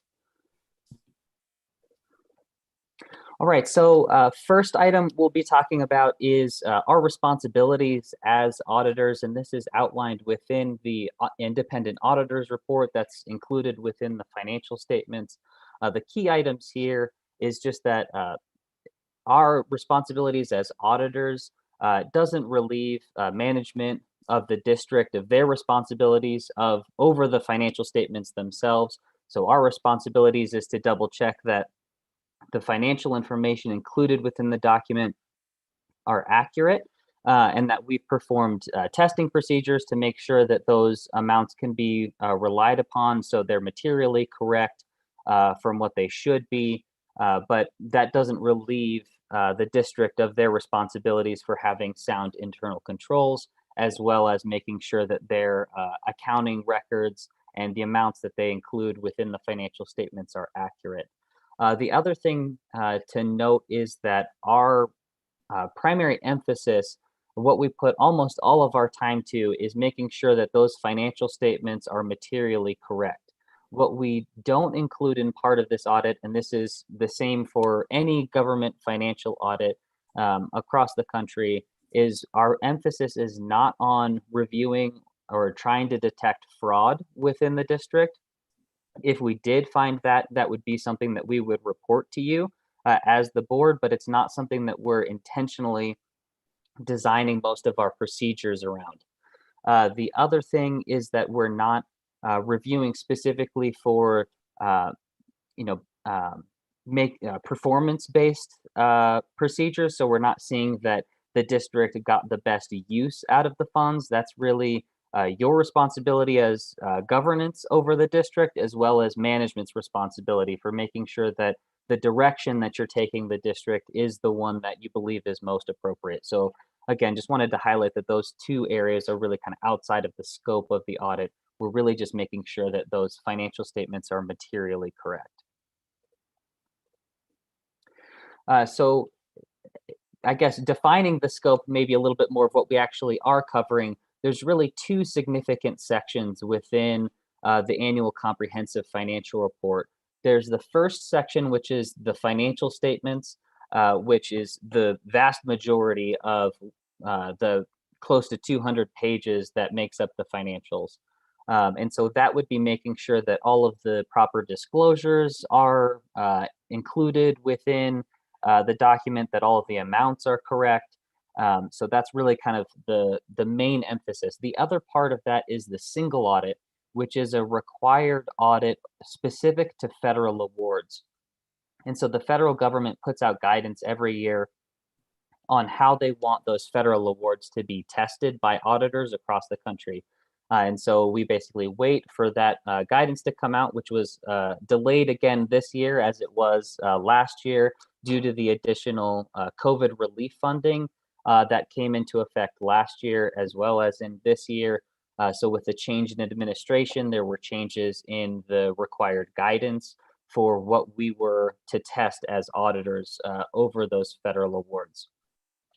So the district received just about 58 million in federal awards. As part of our required procedures, we looked at 3 of the programs within those within that 58 million total. One of those being the special education cluster, or IDEA, which represents about 7 million of the federal awards received. And so that is a continuing, excuse me, just getting over a cold, so still struggling a little bit with my voice. So the special education cluster, or IDEA, is an ongoing federal award that's received every year. And so we would be testing this program basically every 3 years. It comes up for rotation as part of the federal guidance. The other two programs listed in here, the elementary and secondary school emergency relief, frequently referred to as ESSER, for 14.3 million, and then also the coronavirus relief fund for 15.8 million. Both of those are specific grants relating to COVID relief. And so those are not part of that ongoing federal programs that we test every 3 years like IDEA is. As part of that, there's a whole list of requirements for compliance, as well as internal controls that we're required to test. It's a lot of kind of very nitpicky things, whereas in the financial statement audit, we're looking to see that things are materially correct. Everything is very black and white with the federal awards. It's either in compliance or it's out of compliance. So it can be, you know, if something is off by the tiniest bit, that can trigger a finding. So it can be very easy to get findings included within the single audit section, but we're very pleased to say that the audit, both the financial statement audit and the single audit, were both clean this year without any findings or recommendations that we had that were significant enough to be required to be presented within the financial statement. So again, kudos to the district. We did have one best practice recommendation, which we discussed at the FAC, which has been best practice recommendation for the last couple of years relating to a minimum fund balance policy. And that's something that in discussing with district management, again, it's not something that we believe has any direct impact to the financial statements, but as a best practice and something that lenders are reviewing when the district goes out for bonds. They are reviewing for this minimum fund balance policy. So just a best practice that we have included, and that's in one of the separate letters that we have included within the couple of items that were distributed to the board. So won't spend too much time talking about the different areas. This is kind of all the different significant sections within the financial statement part of the annual comprehensive financial report, which again, we covered in quite a bit of detail during the Finance and Audit Committee meeting this morning. Again, the results, we did have an unmodified or clean audit opinion, and then we didn't have any single audit related findings. So both of those very positive reports to come from the audit. One other thing that I wanted to highlight just briefly that was also mentioned is we had quite a bit of discussion surrounding the net pension liability. Did include some of the trends for this liability is presented directly on the financial statements presented by the district. It's a requirement, even though it really represents a liability that PARA has to pay out because the district is a part of PARA due to the changes that happened during fiscal year 15. As you can see, that was the first year that this was required to be presented. These are the amounts that have been shown. You can see that there was a significant spike in the net pension liability in fiscal year 17 and 18, and that was based on a change that happened at PARA with their actuaries, that they were required to use a different discount rate, which then had a significant impact on the determination of that net pension liability. One other item that we discussed during the meeting earlier was that there is, and getting a little bit technical here, but just wanted to point out that while you do see an increase of about 150 million in the net pension liability from last year, that 150 million doesn't show up as expense in fiscal year 21. There is a required smoothing aspect to the changes in the net pension liability as they go into expenses. And so you're actually still having some of that smoothing effect from the decrease from fiscal year 18 to fiscal year 19. So you're not going to see a drastic increase in pension expense within fiscal year 21. You're actually still showing a decrease relating to the smoothing coming from fiscal year 18 to 19. So something that I just wanted to point out, that if you are looking at the financials and expecting to see a significant expense relating to this, you won't see it for that reason. The other thing to keep in mind is that the contribution rate to the school division trust fund, which is the part of para that the district is a part of, that did increase in fiscal year 21 by 0.5%, and that's what the district pays 0.5% more on all employee salaries. So while this net pension liability is not something that the district could directly pay down, that is one of the ways that that liability will be paid in the future, is by these potential increases to the contribution rate. The other thing that I wanted to mention very briefly is related to the net pension liability. There's also something called Opeb, which is other post-employment benefits. This relates to a healthcare premium subsidy that's part of para. As you can see, the amounts on here are significantly less than the net pension liability. But just since you'll see Opeb written all over the place within the financial statements, just wanted to point out what that is, and just note that that is related to para, very similar in concept to how the net pension liability is presented. And that contribution rate is 1.02% of employee payroll that is paid by the district to para, goes into this healthcare trust fund for that purpose. We already covered the single audit in a previous slide, so this is just kind of a recap of that. And then as part of the documents that were provided, there is another letter. We refer to it as the governance communication. This would have all of our required communication as auditors, so we're required to present all of this information. If you were to compare to last year, almost all of the wording is identical. There's not really anything to report as part of the audit. So again, most of that's going to be very similar to last year, not really a whole lot to point out, but since it is required, it's all there included for your review. So that really wraps up everything. Tried to keep it quite a bit shorter than the hour that we had this morning, but I'll open it up if there's any questions, comments, discussion items to discuss. Thank you, John Paul. Anybody have any comments or questions? Laura.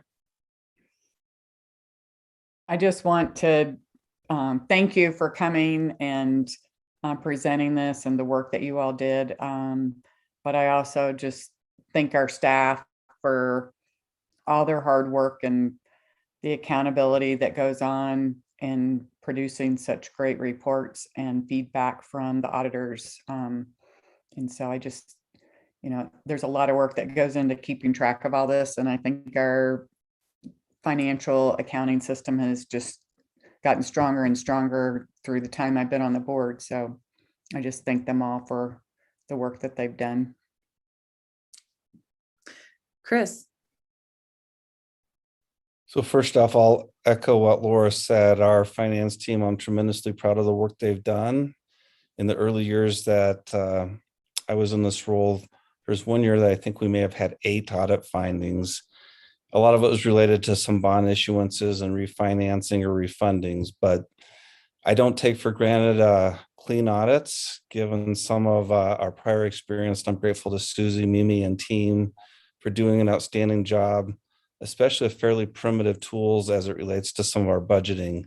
We're implementing currently a software system that will allow us to be much more efficient in doing our budgeting work. And I'm grateful for that. I appreciate that they've worked with fairly antiquated supports for a long time. So congratulations to the team. I wanted to just talk briefly about what John Paul mentioned about the management letter and this recommendation about developing a policy for unassigned fund balance. The reserves that we currently carry each year include a 3% TABOR reserve for emergencies, and it's very limited circumstances in which you could access the 3% TABOR reserve.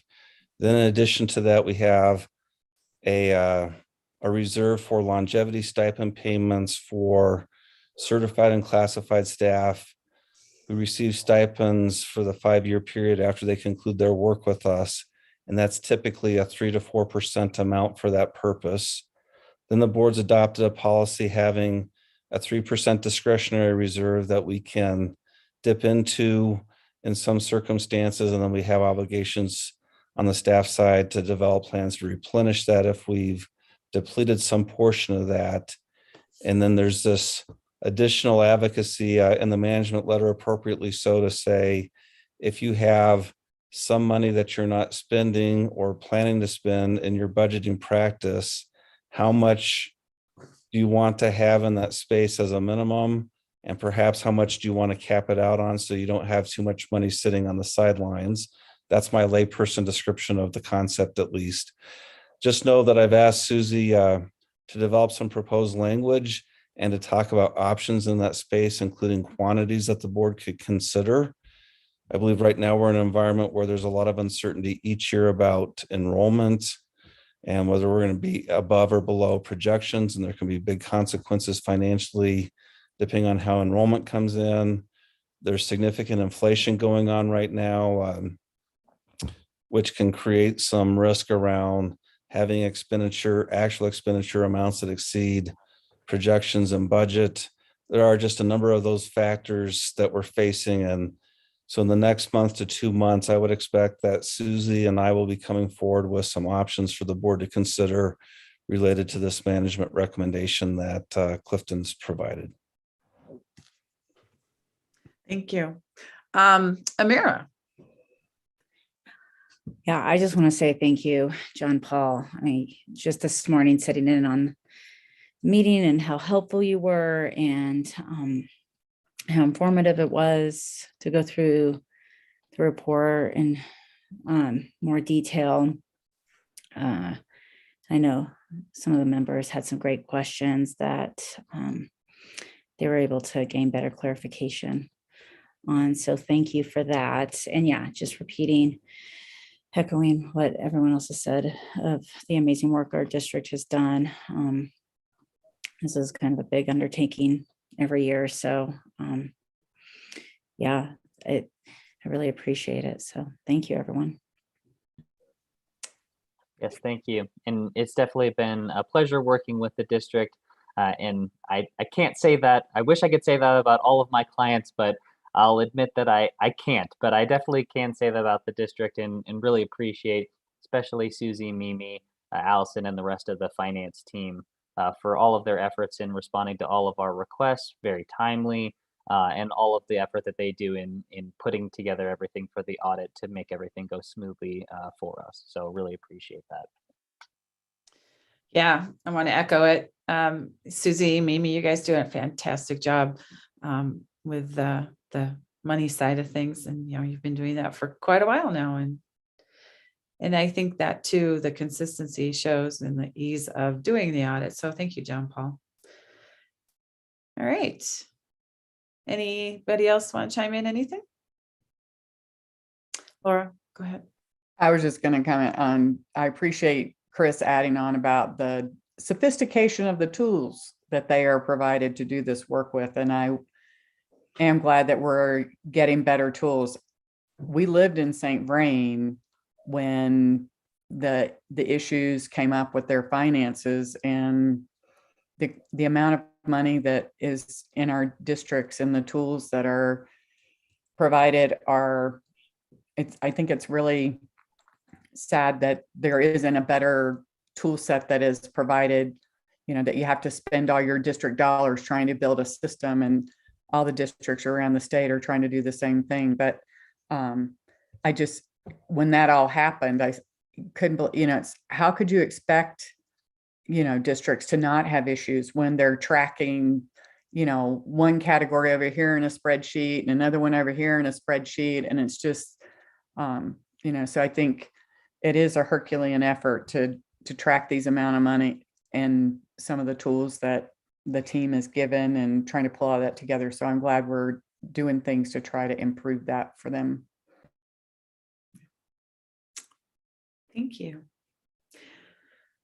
Okay, on to the amended budget. I have a recommended action to adopt the amended fiscal year 2021-22 budget and appropriation resolution as presented.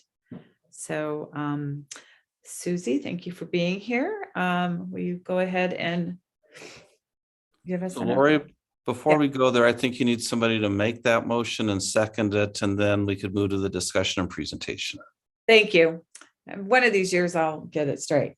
Do I have a motion to adopt the amended fiscal year 2021-22 budget and appropriation resolution as presented? So moved. Second. Okay, now Susie, give us an update on what's going on with the budget.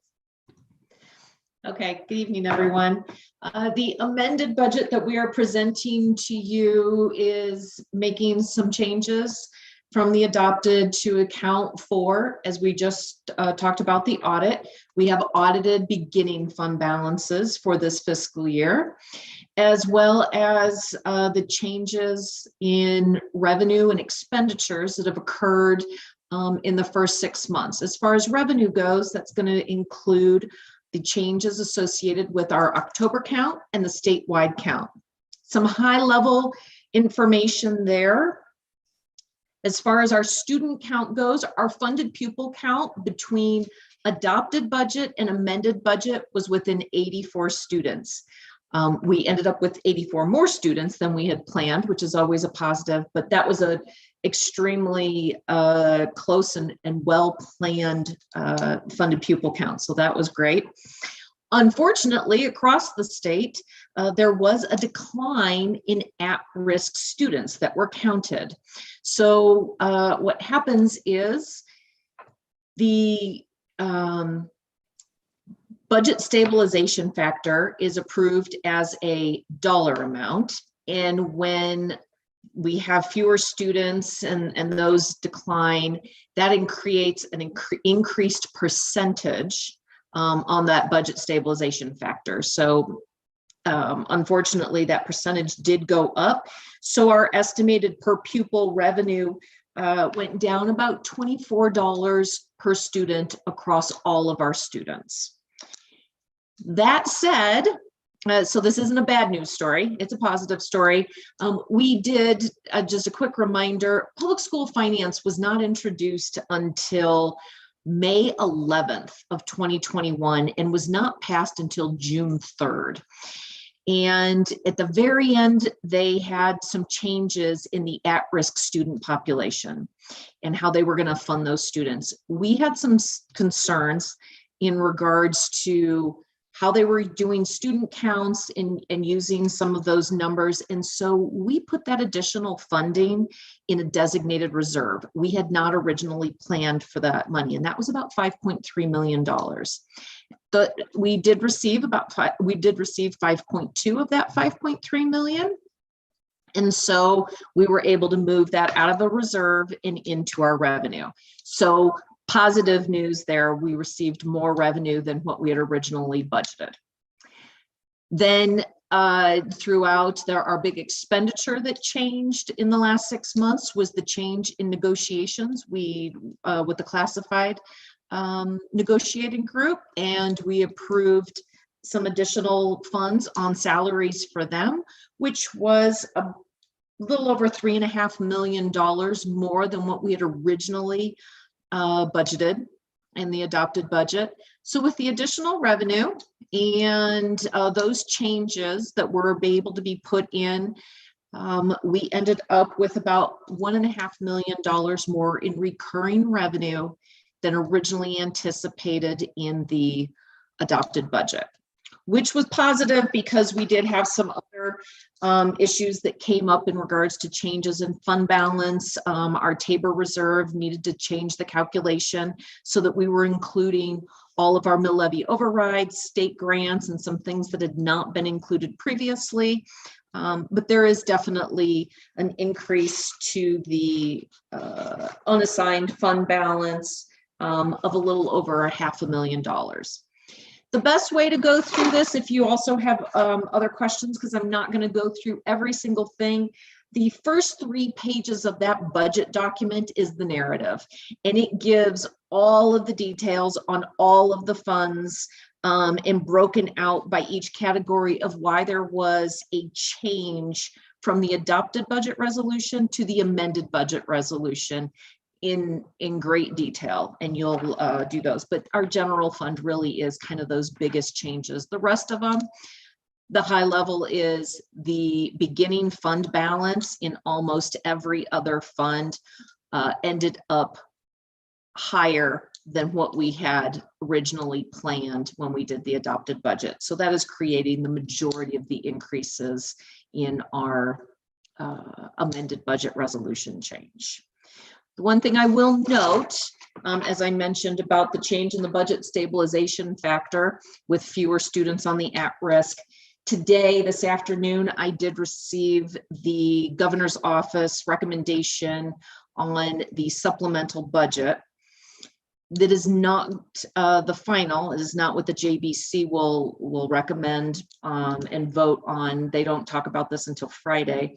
But there is, from the governor's office, a recommendation to put an additional $95 million in this fiscal year into schools for those at-risk students. I don't have any further details on how that calculation is going to work. I made several calls trying to figure some of that out, and it's just not something that we've got enough details at this point. So hopefully on Friday, I'll have some more information, and fingers crossed, we will also be receiving some additional revenue this year associated with those at-risk students. And that is all I have. Thank you. Thank you, Susie. Comments or questions?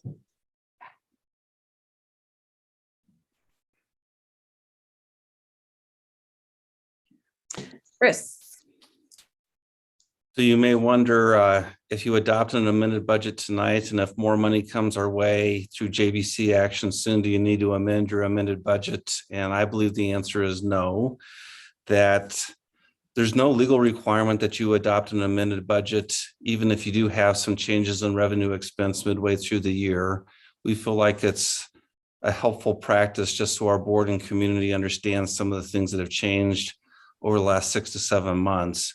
But if there are further changes, whether it's additional revenue that the JBC approves this current fiscal for at-risk students, or additional expenditures that develop later this month or during the rest of the fiscal year, no need to do further amendments to the budget. We'll certainly update you on those things, and Susie and team will account for them. But at a certain point, and I think that certain point is tonight, you have to say this is our best estimate given what we know at this time, and lock it in through an amended budget. We'll keep you posted from hereafter. Susie, if there's anything about that that's incorrect, jump in.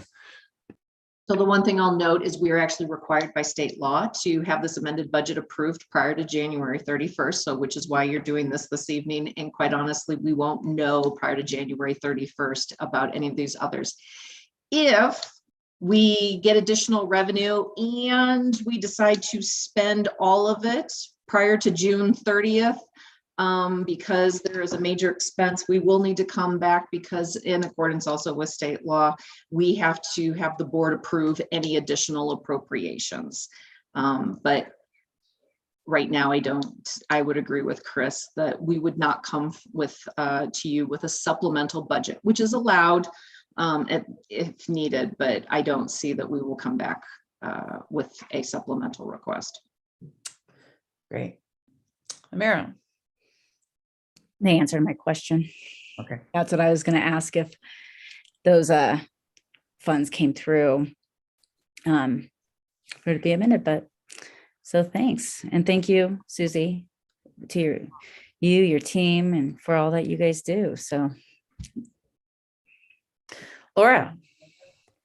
I was just going to thank you for the explanations you give on, the dollar amounts and the changes. Make it really easy to go through and figure out where they came from and how it's changing. So I just appreciate the detail that you go to in putting together the document to go with it. Thanks. This point, I would really be remiss if I didn't say it's Tara Callens, our budget manager, who does all of this and gets all of this done. And so I will make sure that she understands and knows about all the kudos. Thanks, Susie, to you and your team. Thanks, Mimi, too. I see you there, sort of. Okay, so Francis, we have to vote. Yes, indeed. Director Assad Lucas, Aye. Director Goldstein, Aye. Director Mitchell, Aye. Director Potter. Aye. Okay, on to the next subject. Case number 2021 CV 031662, filed in District Court, Arapahoe County, a lawsuit challenging Tri-County Health Department's August 31st, 2021 public health order requiring facial coverings for all individuals ages 2 years and older in schools and childcare settings. A lawsuit. Chris, could you take a moment to explain, or Phil, you're here. Phil, to explain what it is we're discussing for the people that are listening. Sure. There's a lawsuit pending in Arapahoe County where two parents of students in school districts in Arapahoe and Addams County, not Addams 12, are challenging the public health order issued by Tri-County Health. And this case has been in the court since September of 2021.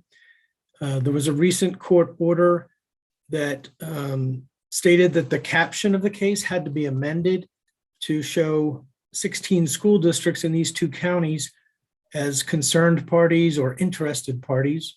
And that court order also gave school districts 7 days from receiving official notice of the case to decide whether or not to enter an appearance in the case. And entering an appearance in the case would involve participation in the case if the board so desires. So our executive session earlier tonight was to receive legal advice on this matter. And now in public, it's the board's opportunity to discuss it and to make a decision whether or not to authorize the entry of an appearance for the district's participation in the case, which is optional for the district. Thank you. Amira. So I would like to, I feel you're going to have to help me out with it. Put a motion forward that we not get involved as a district. And I can help with the formality of that suggested motion. The board could consider a motion to decline the opportunity to have Addams 12 5-star schools enter an appearance in the lawsuit of NIP versus Tri-County Health Department, filed in District Court, Arapahoe County, case number 21 CV 31662. Thanks, Bill. Do we have a second? I'll second. Thank you. So now we can ask for discussion. Is that how it goes, Phil? Sure. Board's Okay. free to discuss this.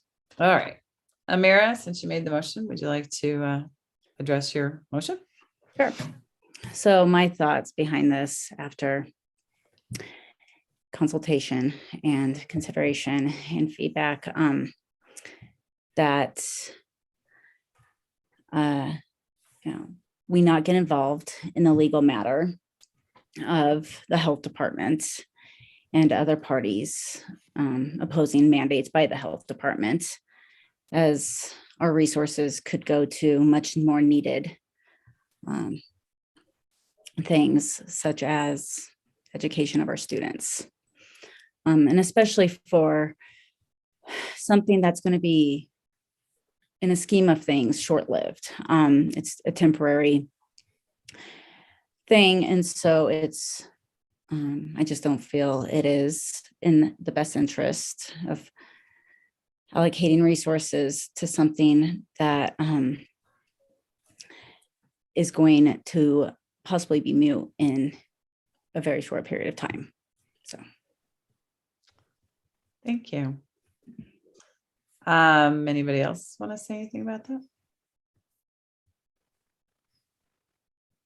Courtney, go ahead. All right. I think that, Amira, you make a lot of really strong points that in the grand scheme of things, this is more temporary and that it'll pull so many resources away from our kids. I think, in, some of the conversations we had even earlier in this board meeting tonight, Chris, where you were optimistic about kind of getting rid of these masks with, having the end of masks in sight. I think, this is probably the best move for us right now. And it's my understanding that if down the road we wanted to get involved with this lawsuit or something, we could at that point, correct? We could No, the court order says we have 7 days in which to make a decision to enter an appearance or not. So we are under some time constraints.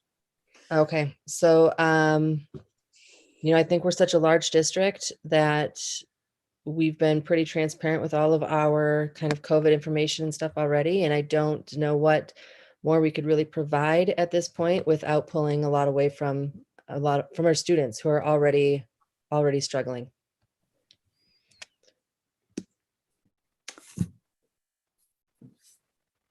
Anybody else? Laura.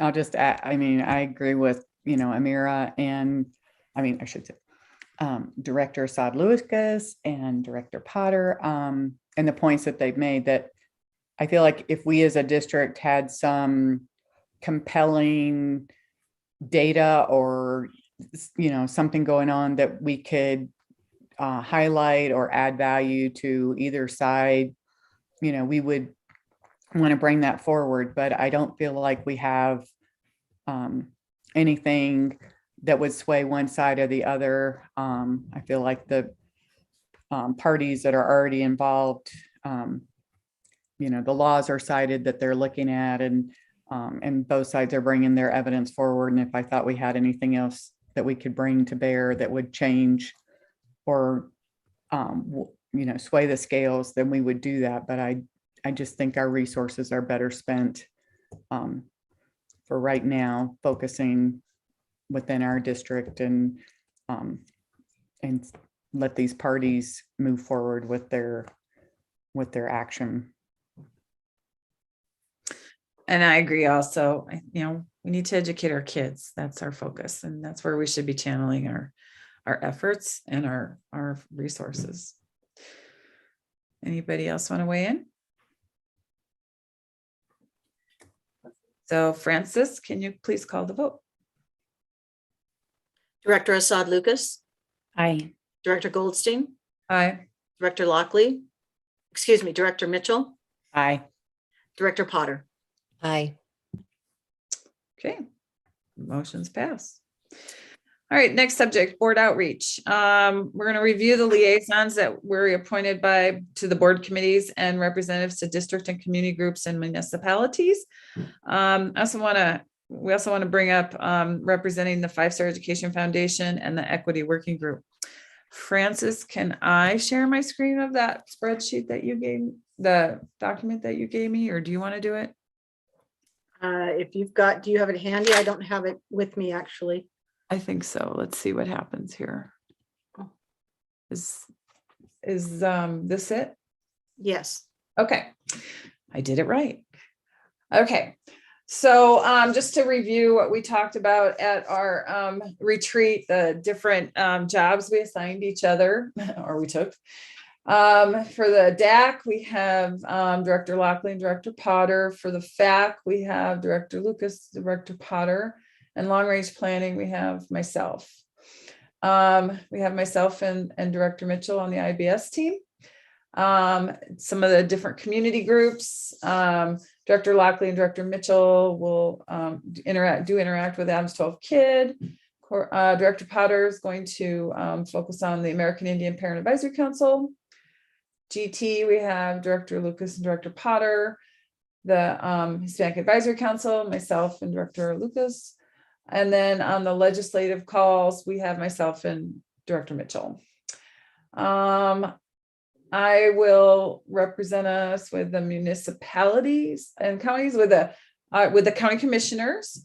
Director Mitchell will take Broomfield, Director Assad Lucas will take Fed Heights, Director Lockley will take North Glen, Director Lucas and Potter will both take Thornton, and then I will take Westminster. I'm on the Federal Relations Network with CASB. Director Mitchell and Director Potter are on the Legislative Resolutions Committee. Have you guys been contacted yet by CASB on that?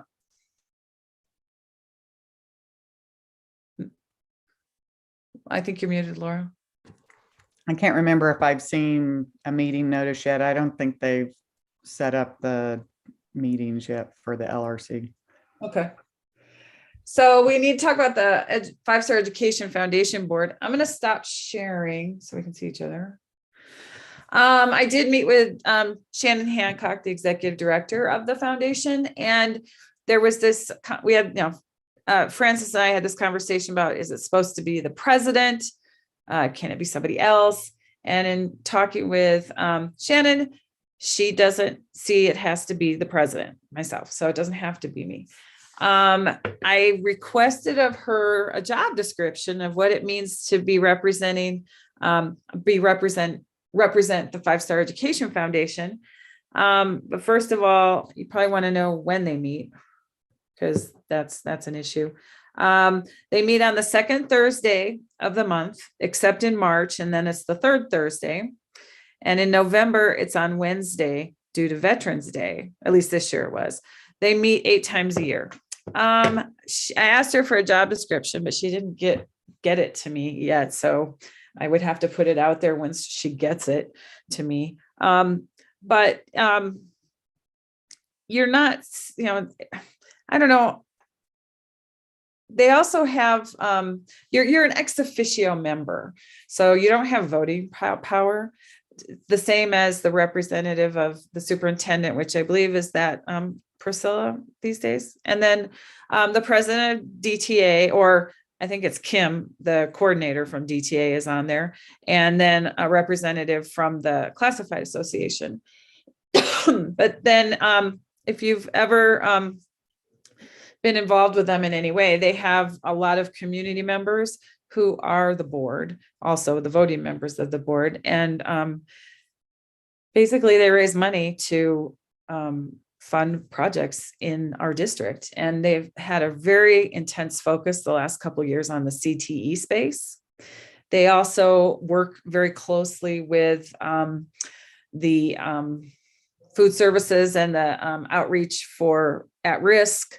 They help with the resource closets in, I think 20 of our schools, at least. They have resource closets that have food and clothing and necessities for you at home. And so they do a lot of amazing things. And I really want to shout out to the exec director, Shannon Hancock. She does amazing work. And they've, focused on collecting resources for people who were had loss in the Marshall Fire. So anyway, is there anybody that would maybe want to pursue this a little further to learn a little bit more? They do fundraisers, they've in the past. Last year they had a Top Golf tournament. They've had galas. They do community breakfast just to bring in the community to learn more about them. I see a hand. It is Amira. What are you thinking there? Well, I am interested if nobody else is, but what time on Thursdays? 3:30 in the afternoon. Okay. And well, it's like 3:30 and then It's more of the networking time, then the meeting starts at 4. Okay. Just because coordinating school pickup time. So Right. I don't want to be habitually late every time for that if I make that commitment. So, which I could make it by the 4 o'clock time. But again, if anyone else is interested, so. And it's only once a month, right? Right. What did I say? The second Thursday for March and November. Okay.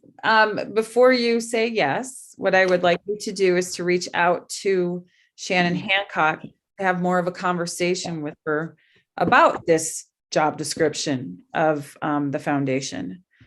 And I see Frances turned on her screen there. Do you have something you would like to add, Frances? Okay. Yeah, it's a good group.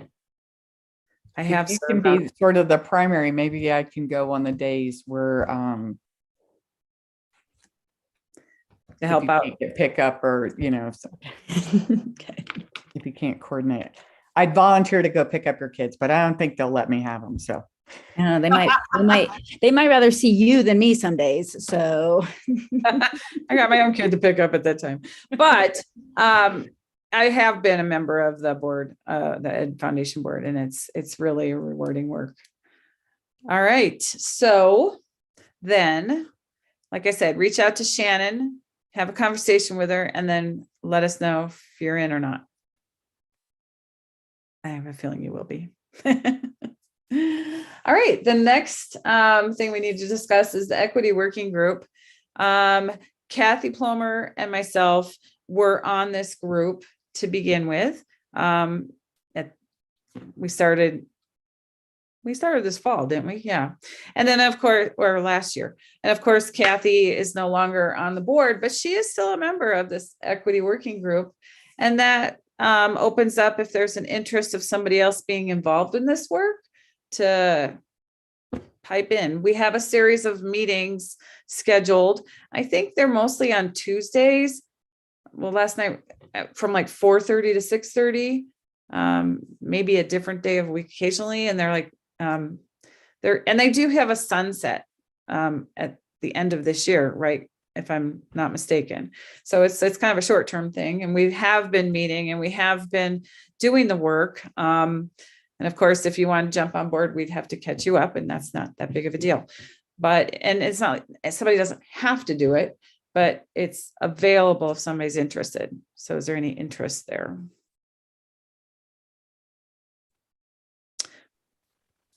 Francis? Sure, I'll add a little background. So I'll just add a little bit more background. I believe when the full task force and everyone's in attendance, it's probably in the ballpark of 40 to 45 people. The group includes some students, some parents and community members, and quite a few staff, mostly educators and administrators, and some classified staff. So there's a cross section of various constituencies in the district. Thus far, a good part of the work has been hearing presentations about data that's been collected in this equity review by Arrow Performance Group, which is the third-party consultant that we've had do this work for us. Arrow's done similar work for the city of Thornton and for lots of other municipal and public entities throughout the country. Last night, just to give you an example of what might happen, there was some discussion about an equity value statement that the Arrow Performance Group and some of the consultants we've been working with around equity asked me to write back in November, December. As they're taking a pulse of the system, they asked me to articulate how I feel about those issues and what my insights are. And so I wrote roughly a one-page statement that I'm happy to share with you all now that we have a new group. I think I shared it with the board before. Happy to share it now that we have Courtney and Amira on board. And then they've invited people around the room to provide commentary on that and to say, if we transition into a district equity statement or policy or a belief statement, what I did was pretty darn wordy, number one, but beyond that, how would you change it to modify it?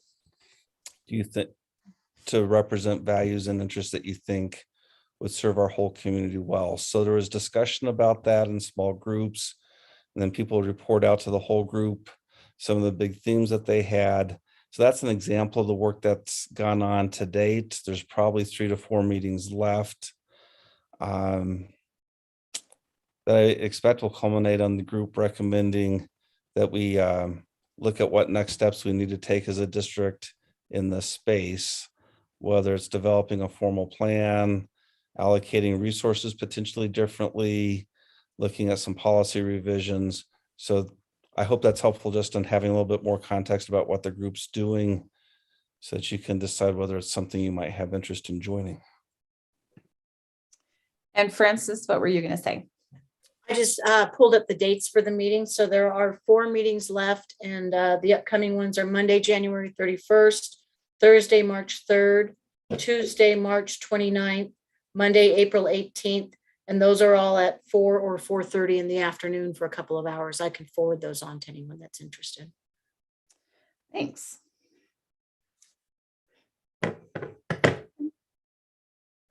I don't see anybody rushing to grab the bell there, but if you ever have any questions, you can reach out.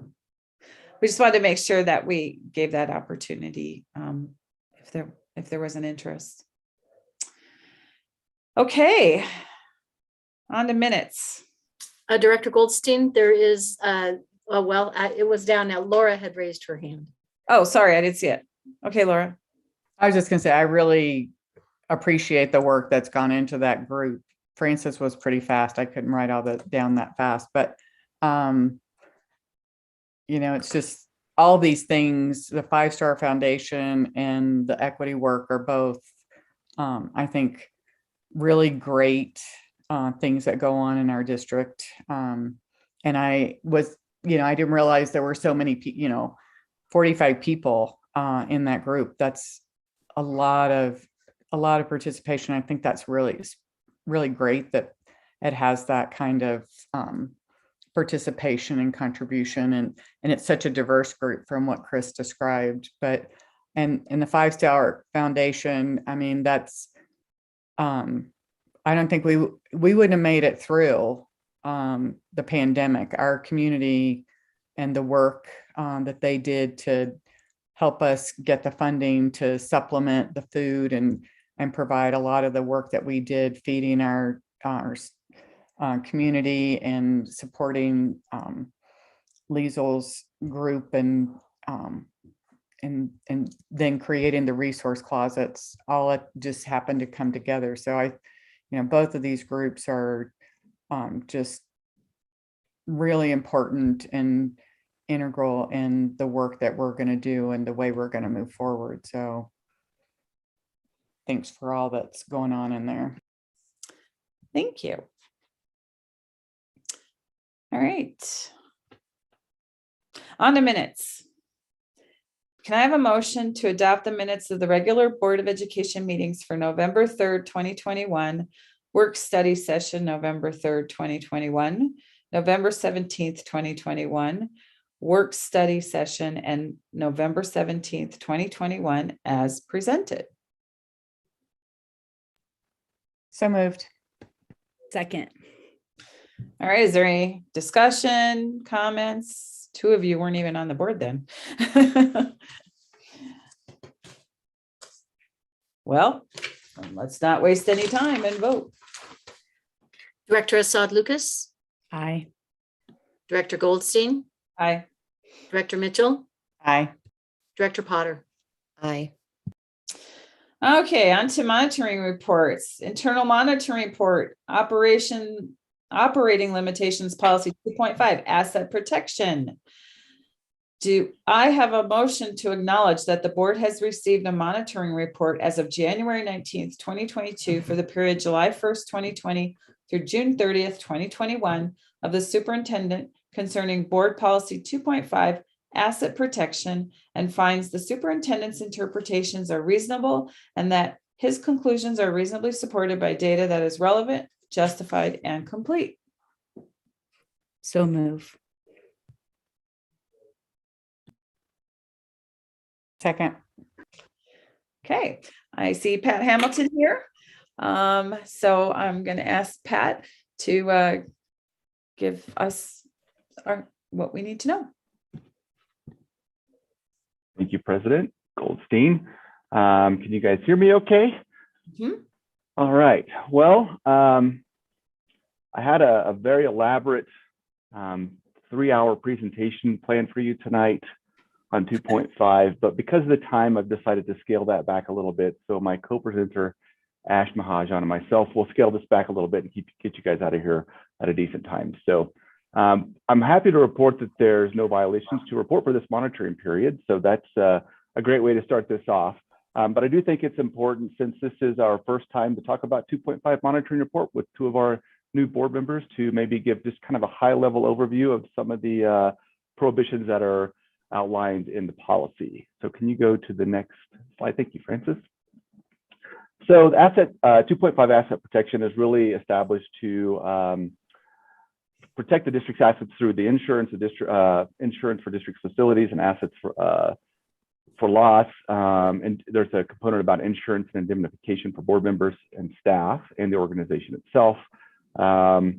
There's a component of this policy that talks about where we talk about how we're going to ensure that our equipment's going to work in a way that supports education through maintenance and through investment in our facilities. There's also a component of this policy that requires the district to procure goods and services in a way that meets, I guess I would say, it doesn't create conflict of interest, and it ensures competitive pricing and also no conflict of interest for the district. So next slide, please.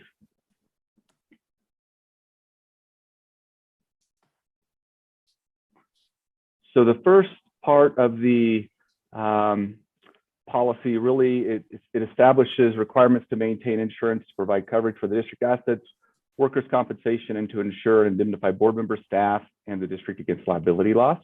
In this case, the data being oh, I'm getting some feedback. Sorry about that. The district insurance is being provided by the Colorado School District Self-Insurance Pool, also known as CIDSIP.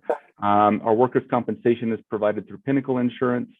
And then in addition to those actual insurance policies, we also have District Policy 8600, which mirrors the Colorado Governmental Immunity Act and indemnifies board members, the superintendent, and senior staff. The district has maintained all of the deductible requirements for this reporting period, so we are reporting compliance with this prohibition. Next slide, please. So the next prohibition is where we start to talk about our deferred maintenance, and it sounds like that was discussed a little bit earlier today with one of our meetings this morning, and Matt Schaefer was involved with that conversation.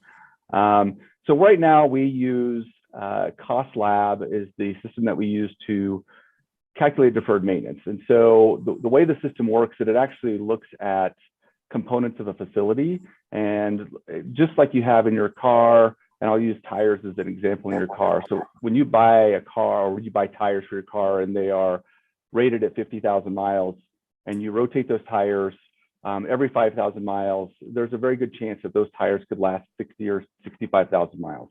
But once those tires hit 50,001 mile, they'd be considered deferred maintenance. And so in this case, Cost Lab does the same thing. So if you have an air conditioning system that is supposed to last 20 years on a building, and on year 20 and 1 day, that system has been well maintained, it's still functioning just fine, the cost of that system goes into your deferred maintenance cost. So in this case, we have $97.47 million in deferred maintenance. This does not include the summer work that we just completed this past summer. We still calculate that. It takes us a little bit of time to get all that information put into Cost Lab so we can calculate the deferred maintenance out. That represents 9.13% of our projected replacement value.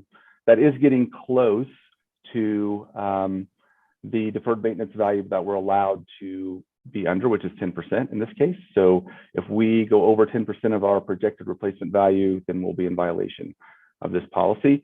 You will note at the bottom that the deferred maintenance calculation method could be changing for next reporting period. So Cost Lab doesn't necessarily align really closely with the CDE audit information and also what they use for BEST grants. So we are looking at other software applications that could come in, or programming applications that might look at our deferred maintenance differently. And they all work a little bit differently as far as how they determine and calculate components of a facility. So this number is subject to change next year. We could be back in a spot next year where we would be exceeding $100 million in deferred maintenance and exceed that 10% of our projected replacement value. So just a heads up on that. The last thing is there's a plant contingency fund that we carry of $1.38 million. That basically is telling us that we can't save too much money, that we need to be kind of routinely investing our money into our facilities, and we are doing that. So I'm happy to report that we are in compliance in this space. So 2.5.3, this really, I think, is a reflection of how we're managing our maintenance and upkeep of our facilities. And so my thought here is, obviously, if we're not maintaining our facilities in the way that they should be maintained and investing the money that we should be investing to maintain them, we are going to have days of school closures as a result of maintenance items in our facilities. So happy to report that we had 0 facilities related closures for this reporting period, and our plant was 100% operational of available instructional hours. So that's a good thing for us. I do want to call out one thing. So in the past, we've had reported facility closures for short periods of time. So that is something that can happen. A water main break would be a good example of that. Years ago, probably has been 6 or 7 years ago now, we had a water main break that impacted Northland High School. And so that was right in the main entrance of the building, and it took us a couple of days to get the water back on in that building and make that repair. So that's a situation that can occur. There are things behind walls and under the ground that we can't see, that we don't necessarily have on a routine preventative maintenance plan. And sometimes those things break. And when they do, sometimes they're catastrophic. So our commitment to you all is that we keep you involved and keep you looped in if those things occur.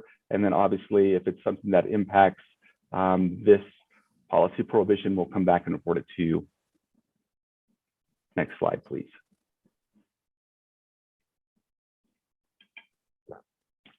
So 2.5 requires that we maintain equipment and IT systems to provide the necessary services for student and staff on contact days.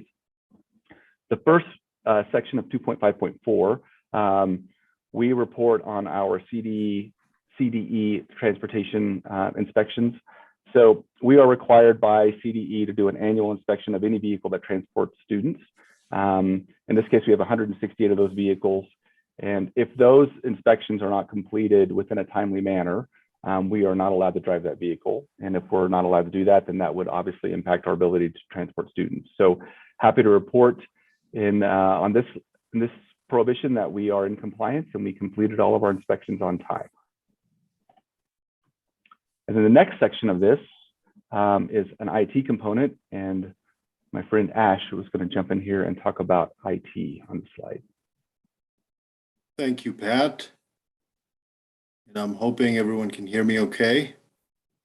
So this data, as you see on this slide, indicates that we are in compliance with the objective of having 99% uptime on our key systems. And where you see that we are not at 100%, it's actually not that the system failed. It's that there were other things interfering with the successful operation of the system.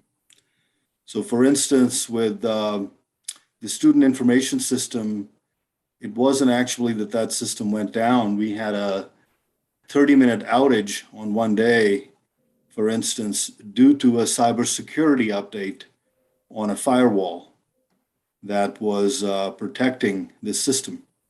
And so once our team got to the bottom of that cybersecurity update, the Infinite Campus system was accessible. We've had some other, issues arise with the phone system and the identity and access management system, which is our single sign-on system, in the same reporting period. And these have been related to software updates that the vendors have pushed through. Most of the time we can test for these updates, but sometimes we're not able to test all the possibilities that the vendors push through, and it can break production systems. So actually our systems and the infrastructure upon which they're based did not go down, but there were some cybersecurity updates and there were some vendor updates that brought the systems down, and we were able to bring them back up and keep the district running, of course. But we stayed within that 99% and above average. And in many categories, we are at 100%. And how we're doing it is we have 2 data centers. We have a rock solid network. We have multiple connections to the internet. So we have many ways to make sure that if one copy of that system goes down, another copy steps in. We have, even with a small team, we monitor and manage for maximum uptime, and happy to report that. Of course, as we sustain more cyber attacks, this could change over time, but there is another slide coming up that talks about cybersecurity and data breaches, and I'll address that in a couple of minutes. But so far, happy to report this year that we were able to keep our systems in good order and accessible and online for the community and for the district. So thank you, Pat.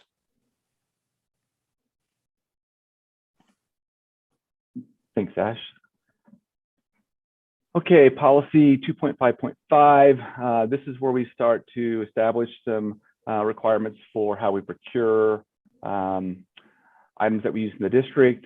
So in this case, we have district policies 3300 through 3340 that ensure district purchases and policies align with the National Institute of Governmental Purchasing Code of Ethics. We had 1,214 purchases were made for this reporting period with no violations reported. So if you look at those policies, go back and take a look at those policies at some point, you'll see that there are different dollar amounts where certain bid limits are established. So it depends on if it's a grant purchase, construction purchases, they all have different limits established. But in this case, we were able to follow all those, which is great. And we had, again, no policy violations to report. So all of our purchasing is done in a way that ensures that we are maximizing our dollars and making purchases of good equipment that's of good value to the district. Now I'll go back over to Ash real quick. Thank you, Pat. So before Ash jumps in, I just want to make a couple of comments about that last slide that Pat went through. One is to let everyone know that the way that we've reported data here differs from how we've often reported data in this section in past reports. There have been years where somebody in the system typically tries to use a purchasing card, a rough equivalent to a credit card, to purchase something typically of small value, but they may try to break a transaction into smaller parts, like 2 purchases of $3,000 each, so that there's not the same sort of bidding procedures required that might apply if it's a $6,000 purchase. And in the past, we've reported when people have tried to make those purchases, even though they've not been successful, and we reported them as violations. What we have concluded as we've talked through it with our purchasing team and our finance team is that because we have internal controls that preclude those transactions from going forward, those controls have worked the way that they were intended, and we haven't had any expenditures of funds that go without getting the necessary competitive proposals. So that's a change from how we've done it before that I think better reflects what the board's asked, which is we don't want you to actually spend money in ways that don't safeguard that we're getting the best value for our purchase. And we have no evidence of any purchases actually completed where someone's not followed the policy. And the second thing we're going to be working on down the road in this space is revising interpretation, and we'll share that with you before the next monitoring report's due in a year's time.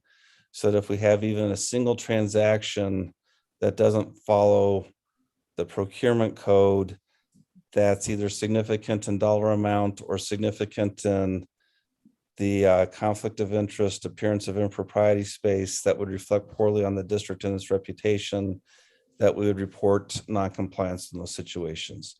So just more context that I wanted to add in, and thanks for letting me jump in. Pat, I'm trying to read your face. Is there anything that you want to add to that or say beyond that? No, sir. I'm good. Thank All you. right, Ash, we're going to pass the baton to you. Thank you, Chris. Much appreciated. And again, on this slide, happy to report that we don't have any data breaches or any loss of intellectual property information on or files in compliance with law and policy.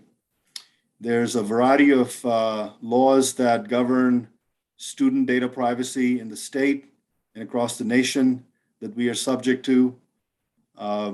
Those come with reporting burdens in various cases. We also have our own policies in regards to data privacy and data breaches and so forth. We have procedures in IT. What I can report to you is that I'll just give you some statistics that are not on this slide. Pat was telling me, Ash, it's good to hear some of those numbers at times. In one day alone, we are showing right now in excess of 1 million attacks each day. The high water mark was 3.5 million attacks, over 3.5 million in one day last quarter of this reporting period that this report covers. So that gives you a sense of the magnitude we're dealing with. Emails now represent a new attack surface. There's about 46,000 blocked inbound emails per day. That's about 30% of the email traffic coming into the district each day. We have a variety of other firewalls beyond the main one that also do all kinds of blocks from more sophisticated hackers. Those numbers are smaller in the tens of thousands, but still sizable given the sophistication of those attacks. So lots goes into ensuring a clean slate so that I can report to you that there were no data breaches this year. Again, this continues to be an ongoing area of challenge and growth for us as a team, for most organizations. Just over the winter break, we were working like crazy, making sure that our key systems were secure in the face of a very wide cyber vulnerability sweeping across the world. So this work is getting more challenging because the run-of-the-mill hackers have access to better cyber weapons. And so we have to keep continuing to improve our game on the defensive side. We will be making more investment in the next year around the idea of disaster recovery. Should we sustain a successful attack, a successful data breach, and have systems go down for an undetermined period of time, how do we respond? How do we keep the district up and running? So beyond defense, recovery from a disaster, a cyber disaster, is utterly important. And it's not just PR, it's just how do we keep students safe? How do we keep our buses running, our kitchens running, our offices, our classrooms? And so we are more dependent on these tools, and the work has gotten way more complex in the space. I wish we did not have hackers who are disrupting the work of a district and keeping us away from helping students learn. But that is the unfortunate reality we're faced with. We take a lot of pride in this work. And so look forward to giving you a clean slate report in upcoming years. But that is a journey that we're on, and that's a journey that we're on each day. So thank you again, Pat, back to you. Thanks, Ash. We'll go to the next slide. Thank you, Francis.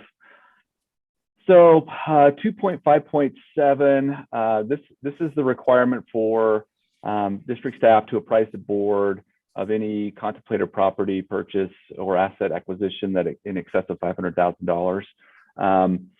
So this year we had 12 purchases of property, real or otherwise, in excess of $500,000 during the monitoring period. All of the purchases involved bond implementation or were otherwise approved by the board in a bond override plan or the general budget. And then we did not dispose of any assets in excess of $500,000. I want to talk a little bit about the bond implementation component of this. So there's another control measure in here as well. So we do have bond oversight that is provided by the LRPAC in addition to the district staff. So if we have significant changes to a bond project, say something that would be in excess of $500,000, those are things that we review with our LRPAC at our monthly in-person meetings, and President Goldstein participates in those, or via email communication if it's something that's time sensitive.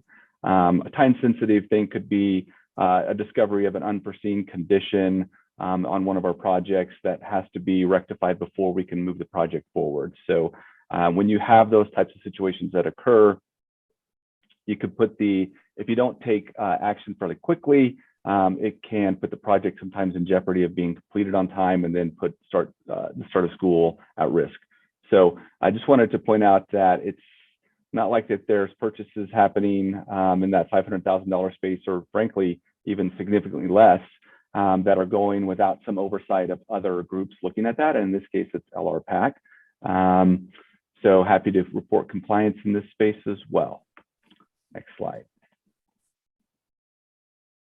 So then in addition to apprising the board of the fact that we're contemplating a purchase, then there's also one step further than that, which is if we decide to move forward with a purchase that's outside of a bond purchase or something like that, that we would go and get board approval. And a great example of this is the bus purchases that we've done in the past. For our board members that have been around a little bit longer, you will typically see a decision information report. That's a pretty standard document that we all use, not just business services, but all district departments when we have a purchase that exceeds $500,000 for something that wasn't adopted in a general fund budget. And I really think the bus purchase is a great example. We frequently apply for DARA grants, and if we get a DARA grant, then that provides us a pretty significant discount on bus purchases. And so that's usually when you will see us come through a cycle where we'll come and ask for a purchase of as many buses as we can make or purchase and buy, depending upon the size of the DARA grant that we've just received. So in this case, we did comply with the standard. Pat, I'm just going to jump in here. When you look at this section 8 and you compare it to section 7 on the prior slide, if we take a look at that, includes more qualifying language at the end about we don't have to separately notify the board if the substantial purchase of property was otherwise approved by the board in a bond override plan or general budget. That same explicit language isn't part of section 8, and we feel like it should be. And we can talk more about it, expect to talk more about it at a future meeting. I think Phil will bring forward some language just to create parallelism between those two provisions that we'd like you to consider at a future meeting. So just wanted to highlight that, let you know that we'll bring back some language for your consideration at an upcoming meeting. Thanks, Pat. Yes, sir. All right, this next one is 2.5.9. I'm not going to read the prohibition. It's pretty lengthy, but it does talk about what this is establishing that there's some rules for us to follow if we are going to purchase property, especially in the case if we were going to buy something in excess of market value. So in this case, we are reporting that on July 24th, we acquired the 0.92 acres north of the Future Forward at Washington Square campus. That land was purchased on terms approved by the Board of Education following an appraisal from the assessor who is a member of the Appraisal Institute. So this is one of the situations too that I can't think of a time in my almost 21-year career here with District 12 that we have not apprise the board of real estate acquisitions or dispositions. I can't think of a time where the board's never been involved with that. So happy to report compliance here. I think that is the standard, and we don't often acquire or frequently acquire property or sell property, but it's nice to have this piece of the policy in there to assure that you all are updated when we do that work. And then in 2.5.10, it's the same. It's basically kind of the same thing, saying that we're going to come to you before we move forward with the disposition of any real property. So in this case too, it's the same type of situation where if we're considering or contemplating selling the property, we're going to come to the board and let you all know about that well in advance of that ever hitting the market. So in this case, we also complied with that report. Chris, is there anything you want to add in this space with either one of these? No, I'll just say that the 0.92 acre acquisition that Pat just referenced was for roadway improvements to get access to the site. If you're wondering, why did we need that land? It was for that purpose. And we're in the process of, for a lot of those road improvements that we made adjacent to the site, seeking contribution from the developer to the north that's moving forward and trying to secure some approvals from the city. So hope soon to be in a place of having funds to reimburse us for all those expenses. Thank you. So that is it for 2.5 monitoring report. Again, happy to report that there's no violations for the monitoring period that we are covering. Are there any questions? Anybody have any questions or comments? Laura. It's my night to comment on everything. How many of these have you given where you had no violation? I mean, I don't think it's ever been anything serious, but it's not usual that you get to come in and tell us that everything was clear. So you're trying to catch up and keep up with Susie, I think. Yeah, she's set a high bar for all of us. There was a time before the board took some action on the deferred maintenance part of this policy where there was a policy, a portion of the policy adopted, and I can't remember how long ago that was, but basically it required the district to make a minimum of an investment every year in deferred maintenance. And from the day that was adopted, we never reported compliance with that component of the policy. So it was good that the board looked at this. I think it was back in 2018 when the board looked at that and decided that, watching our deferred maintenance, watching the percentage of our replacement value, and then I really feel like the more important thing there is the uptime. And as long as our facilities are up and available to our students and our teachers for more than 99% of the time that they should be available for instructional hours, that's the good reflection. So yeah, it is nice to be able to come in and say that we're not reporting any violations this time. Well, so if I understood the change from using Cost Lab to aligning more with what CDE and BESS, is that what's going to drive us probably over the threshold, or is it actually a combination of that and deferred maintenance? Or it's a little of both. So, the way the Cost Lab calculates, they've changed their calculation on how they look at deferred maintenance. And before Cost Lab, I think it was called MARS. And so MARS when you would have, I'll go back to the air conditioning example. So, and with the MARS data, if an RTU was 20 years old and it was $10 million, then $10 million on day one of 20 years after that would go on to your deferred maintenance. But in MARS, in addition to that, and also the first generation of Cost Lab, everything that was connected to that RTU was also now considered in deferred maintenance category. So you could have a pipe fitting or something like that down the line, but that whole system was considered to be at end of life. And so that would drive your deferred maintenance cost up.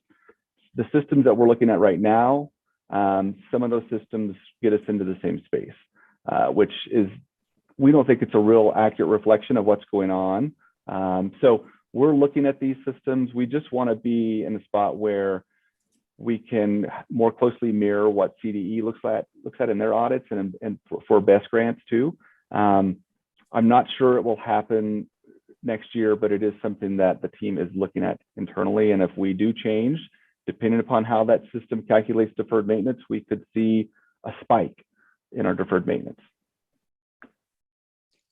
And then I just had the inspections on the buses. I know we've had a little, and I'm amazed with the shortage of staff, both in our bus system and probably in the people that do the inspections, that we were able to get all that through. So kudos for doing that and getting through that.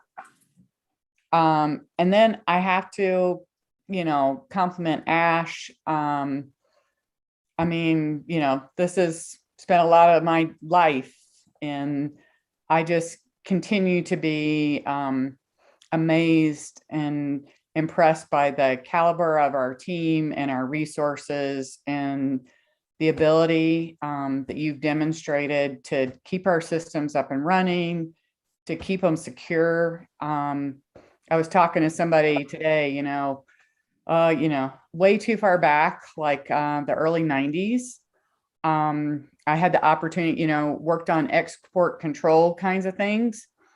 And back in the day, we were worried about, how many, the encryption keys and that sort of stuff. And now it's like not even fathomable what we were, where we've gone to and what's just commercially available and not even just within the control of federal government. So I can't even imagine what everybody's looking at every day, and everything's all networked together. So I really do want to compliment you on the uptimes. Those are just amazing numbers to have that kind of availability, critical systems. But also, I did, you and I exchanged some emails over the holidays, and I wanted to publicly be sure and call out the work that you all did over the holidays, getting those systems back up and running, but also responding to our community and parents asking about getting access to data in Infinite Campus. They had kids trying to complete college applications, and you guys just totally blew, pulled that deadline back and got Infinite Campus back online in no time. And people were really appreciative of being able to get that done for their kids. And but also, I think, some of the conversations around, how's everybody going to get their schedules? And, so you guys really did, tons of work there, and that was over the holidays. And so just please, let your staff know that it's recognized by board members and the community of what great systems we have and the work that you do. I'm very interested to hear some of the discussions on disaster recovery. I think that is really important work on, how do you keep going when systems are down or when you have to take something offline. I think that's, again, something, that the board would certainly hopefully support, you guys doing that work. And then I will appreciate what you were saying, Pat and Chris, about, some of the recommendations on cleaning up our policies, making it consistent, but also where you were talking about changing some of the interpretation about not reporting when the policies and the procedures actually work. And so that we know that, we're not looking at things that are doing what they're supposed to do, put in place to do. So, but thanks for all of that. I really do feel like an old timer because I can remember a lot of these things. And it's just, these are really great accomplishments. So thanks.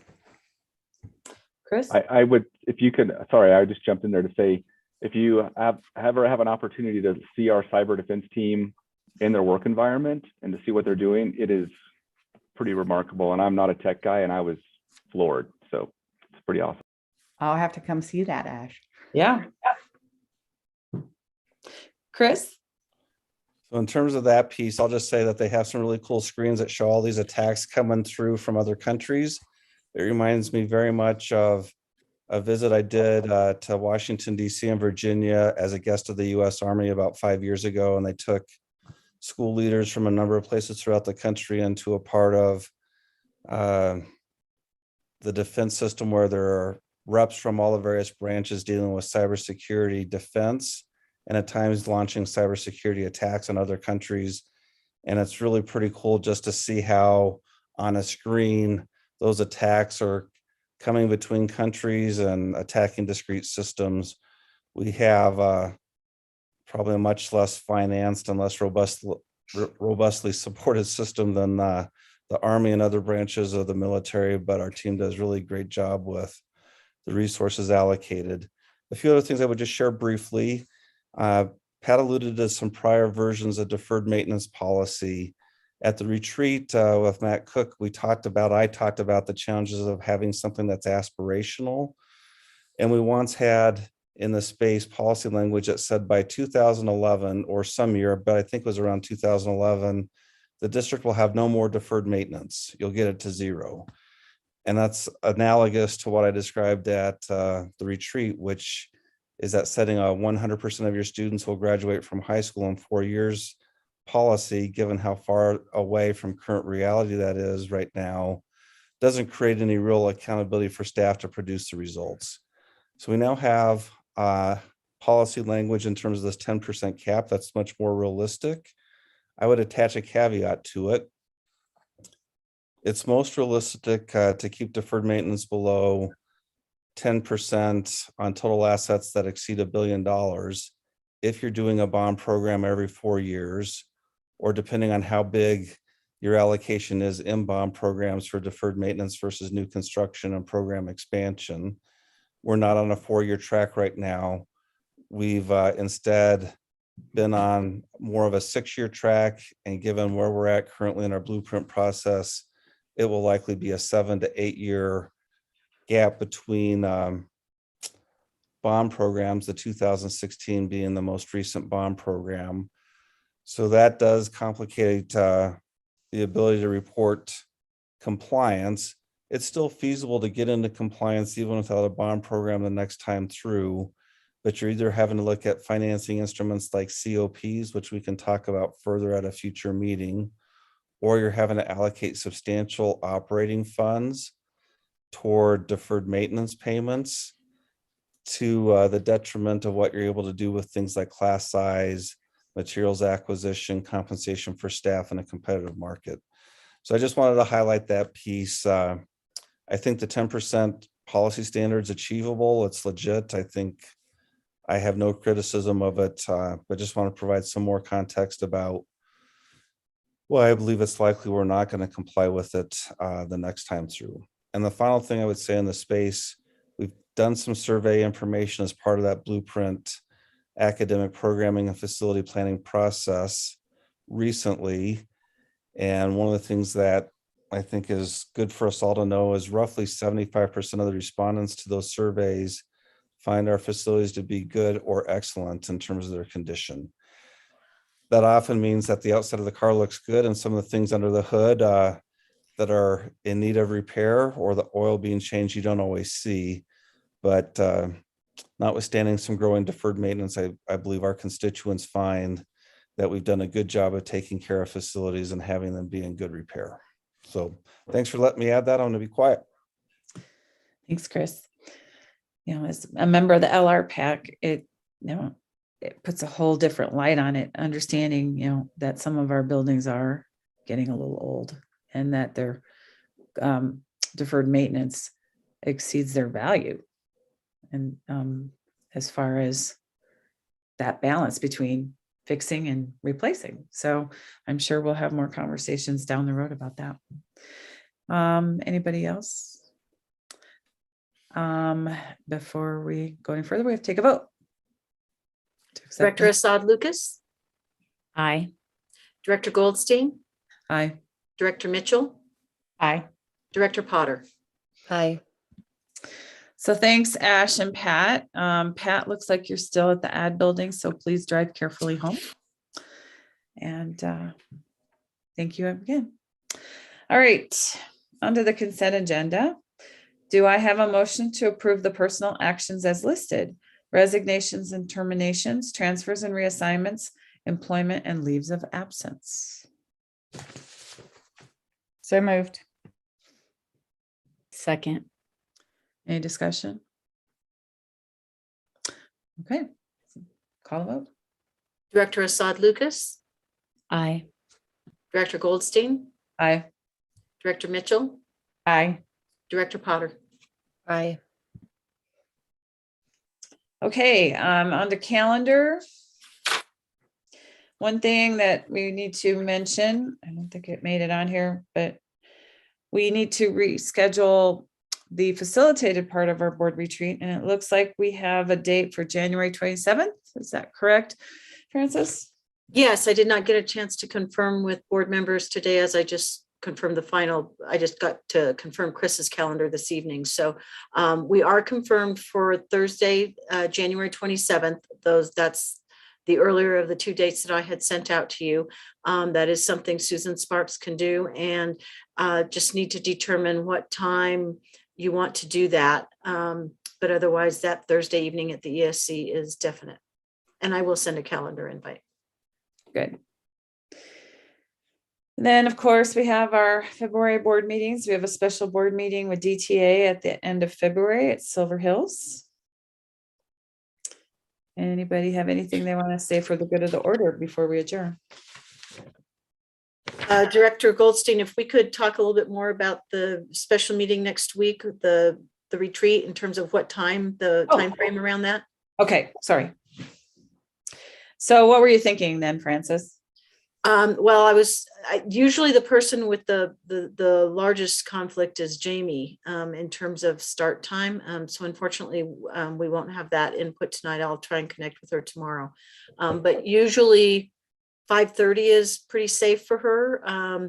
So maybe a 5:30 dinner and 6 o'clock meeting start. Chris also has an event that afternoon in Greeley that is supposed to go until 4. So I think starting much before 5:30 is probably going to be tough for more than just Jamie, and I'm not sure about other schedules, but that's my recommendation is 5:30 dinner and then the meeting at 6. And in talking with Susan, she was saying 2 to 2.5 hours, 3 hours absolutely tops, but that beyond that, people just get, they're done. So we'd be looking at a 6 to 8:30 meeting. So not too late. Okay. Anybody have any comments or concerns? I'll confirm with Jamie tomorrow that works for her as well. And then I'll get a calendar invite out to everybody. Thank you. Thank you. All right. Anything else? Well, pretty productive meeting here, guys. Thank you for being so flexible to go online. I thought this went really well. I'm going to call this meeting adjourned. Thanks for moving it online. Yeah, it was pretty slick out there today. Yeah. Thanks, everybody. Well,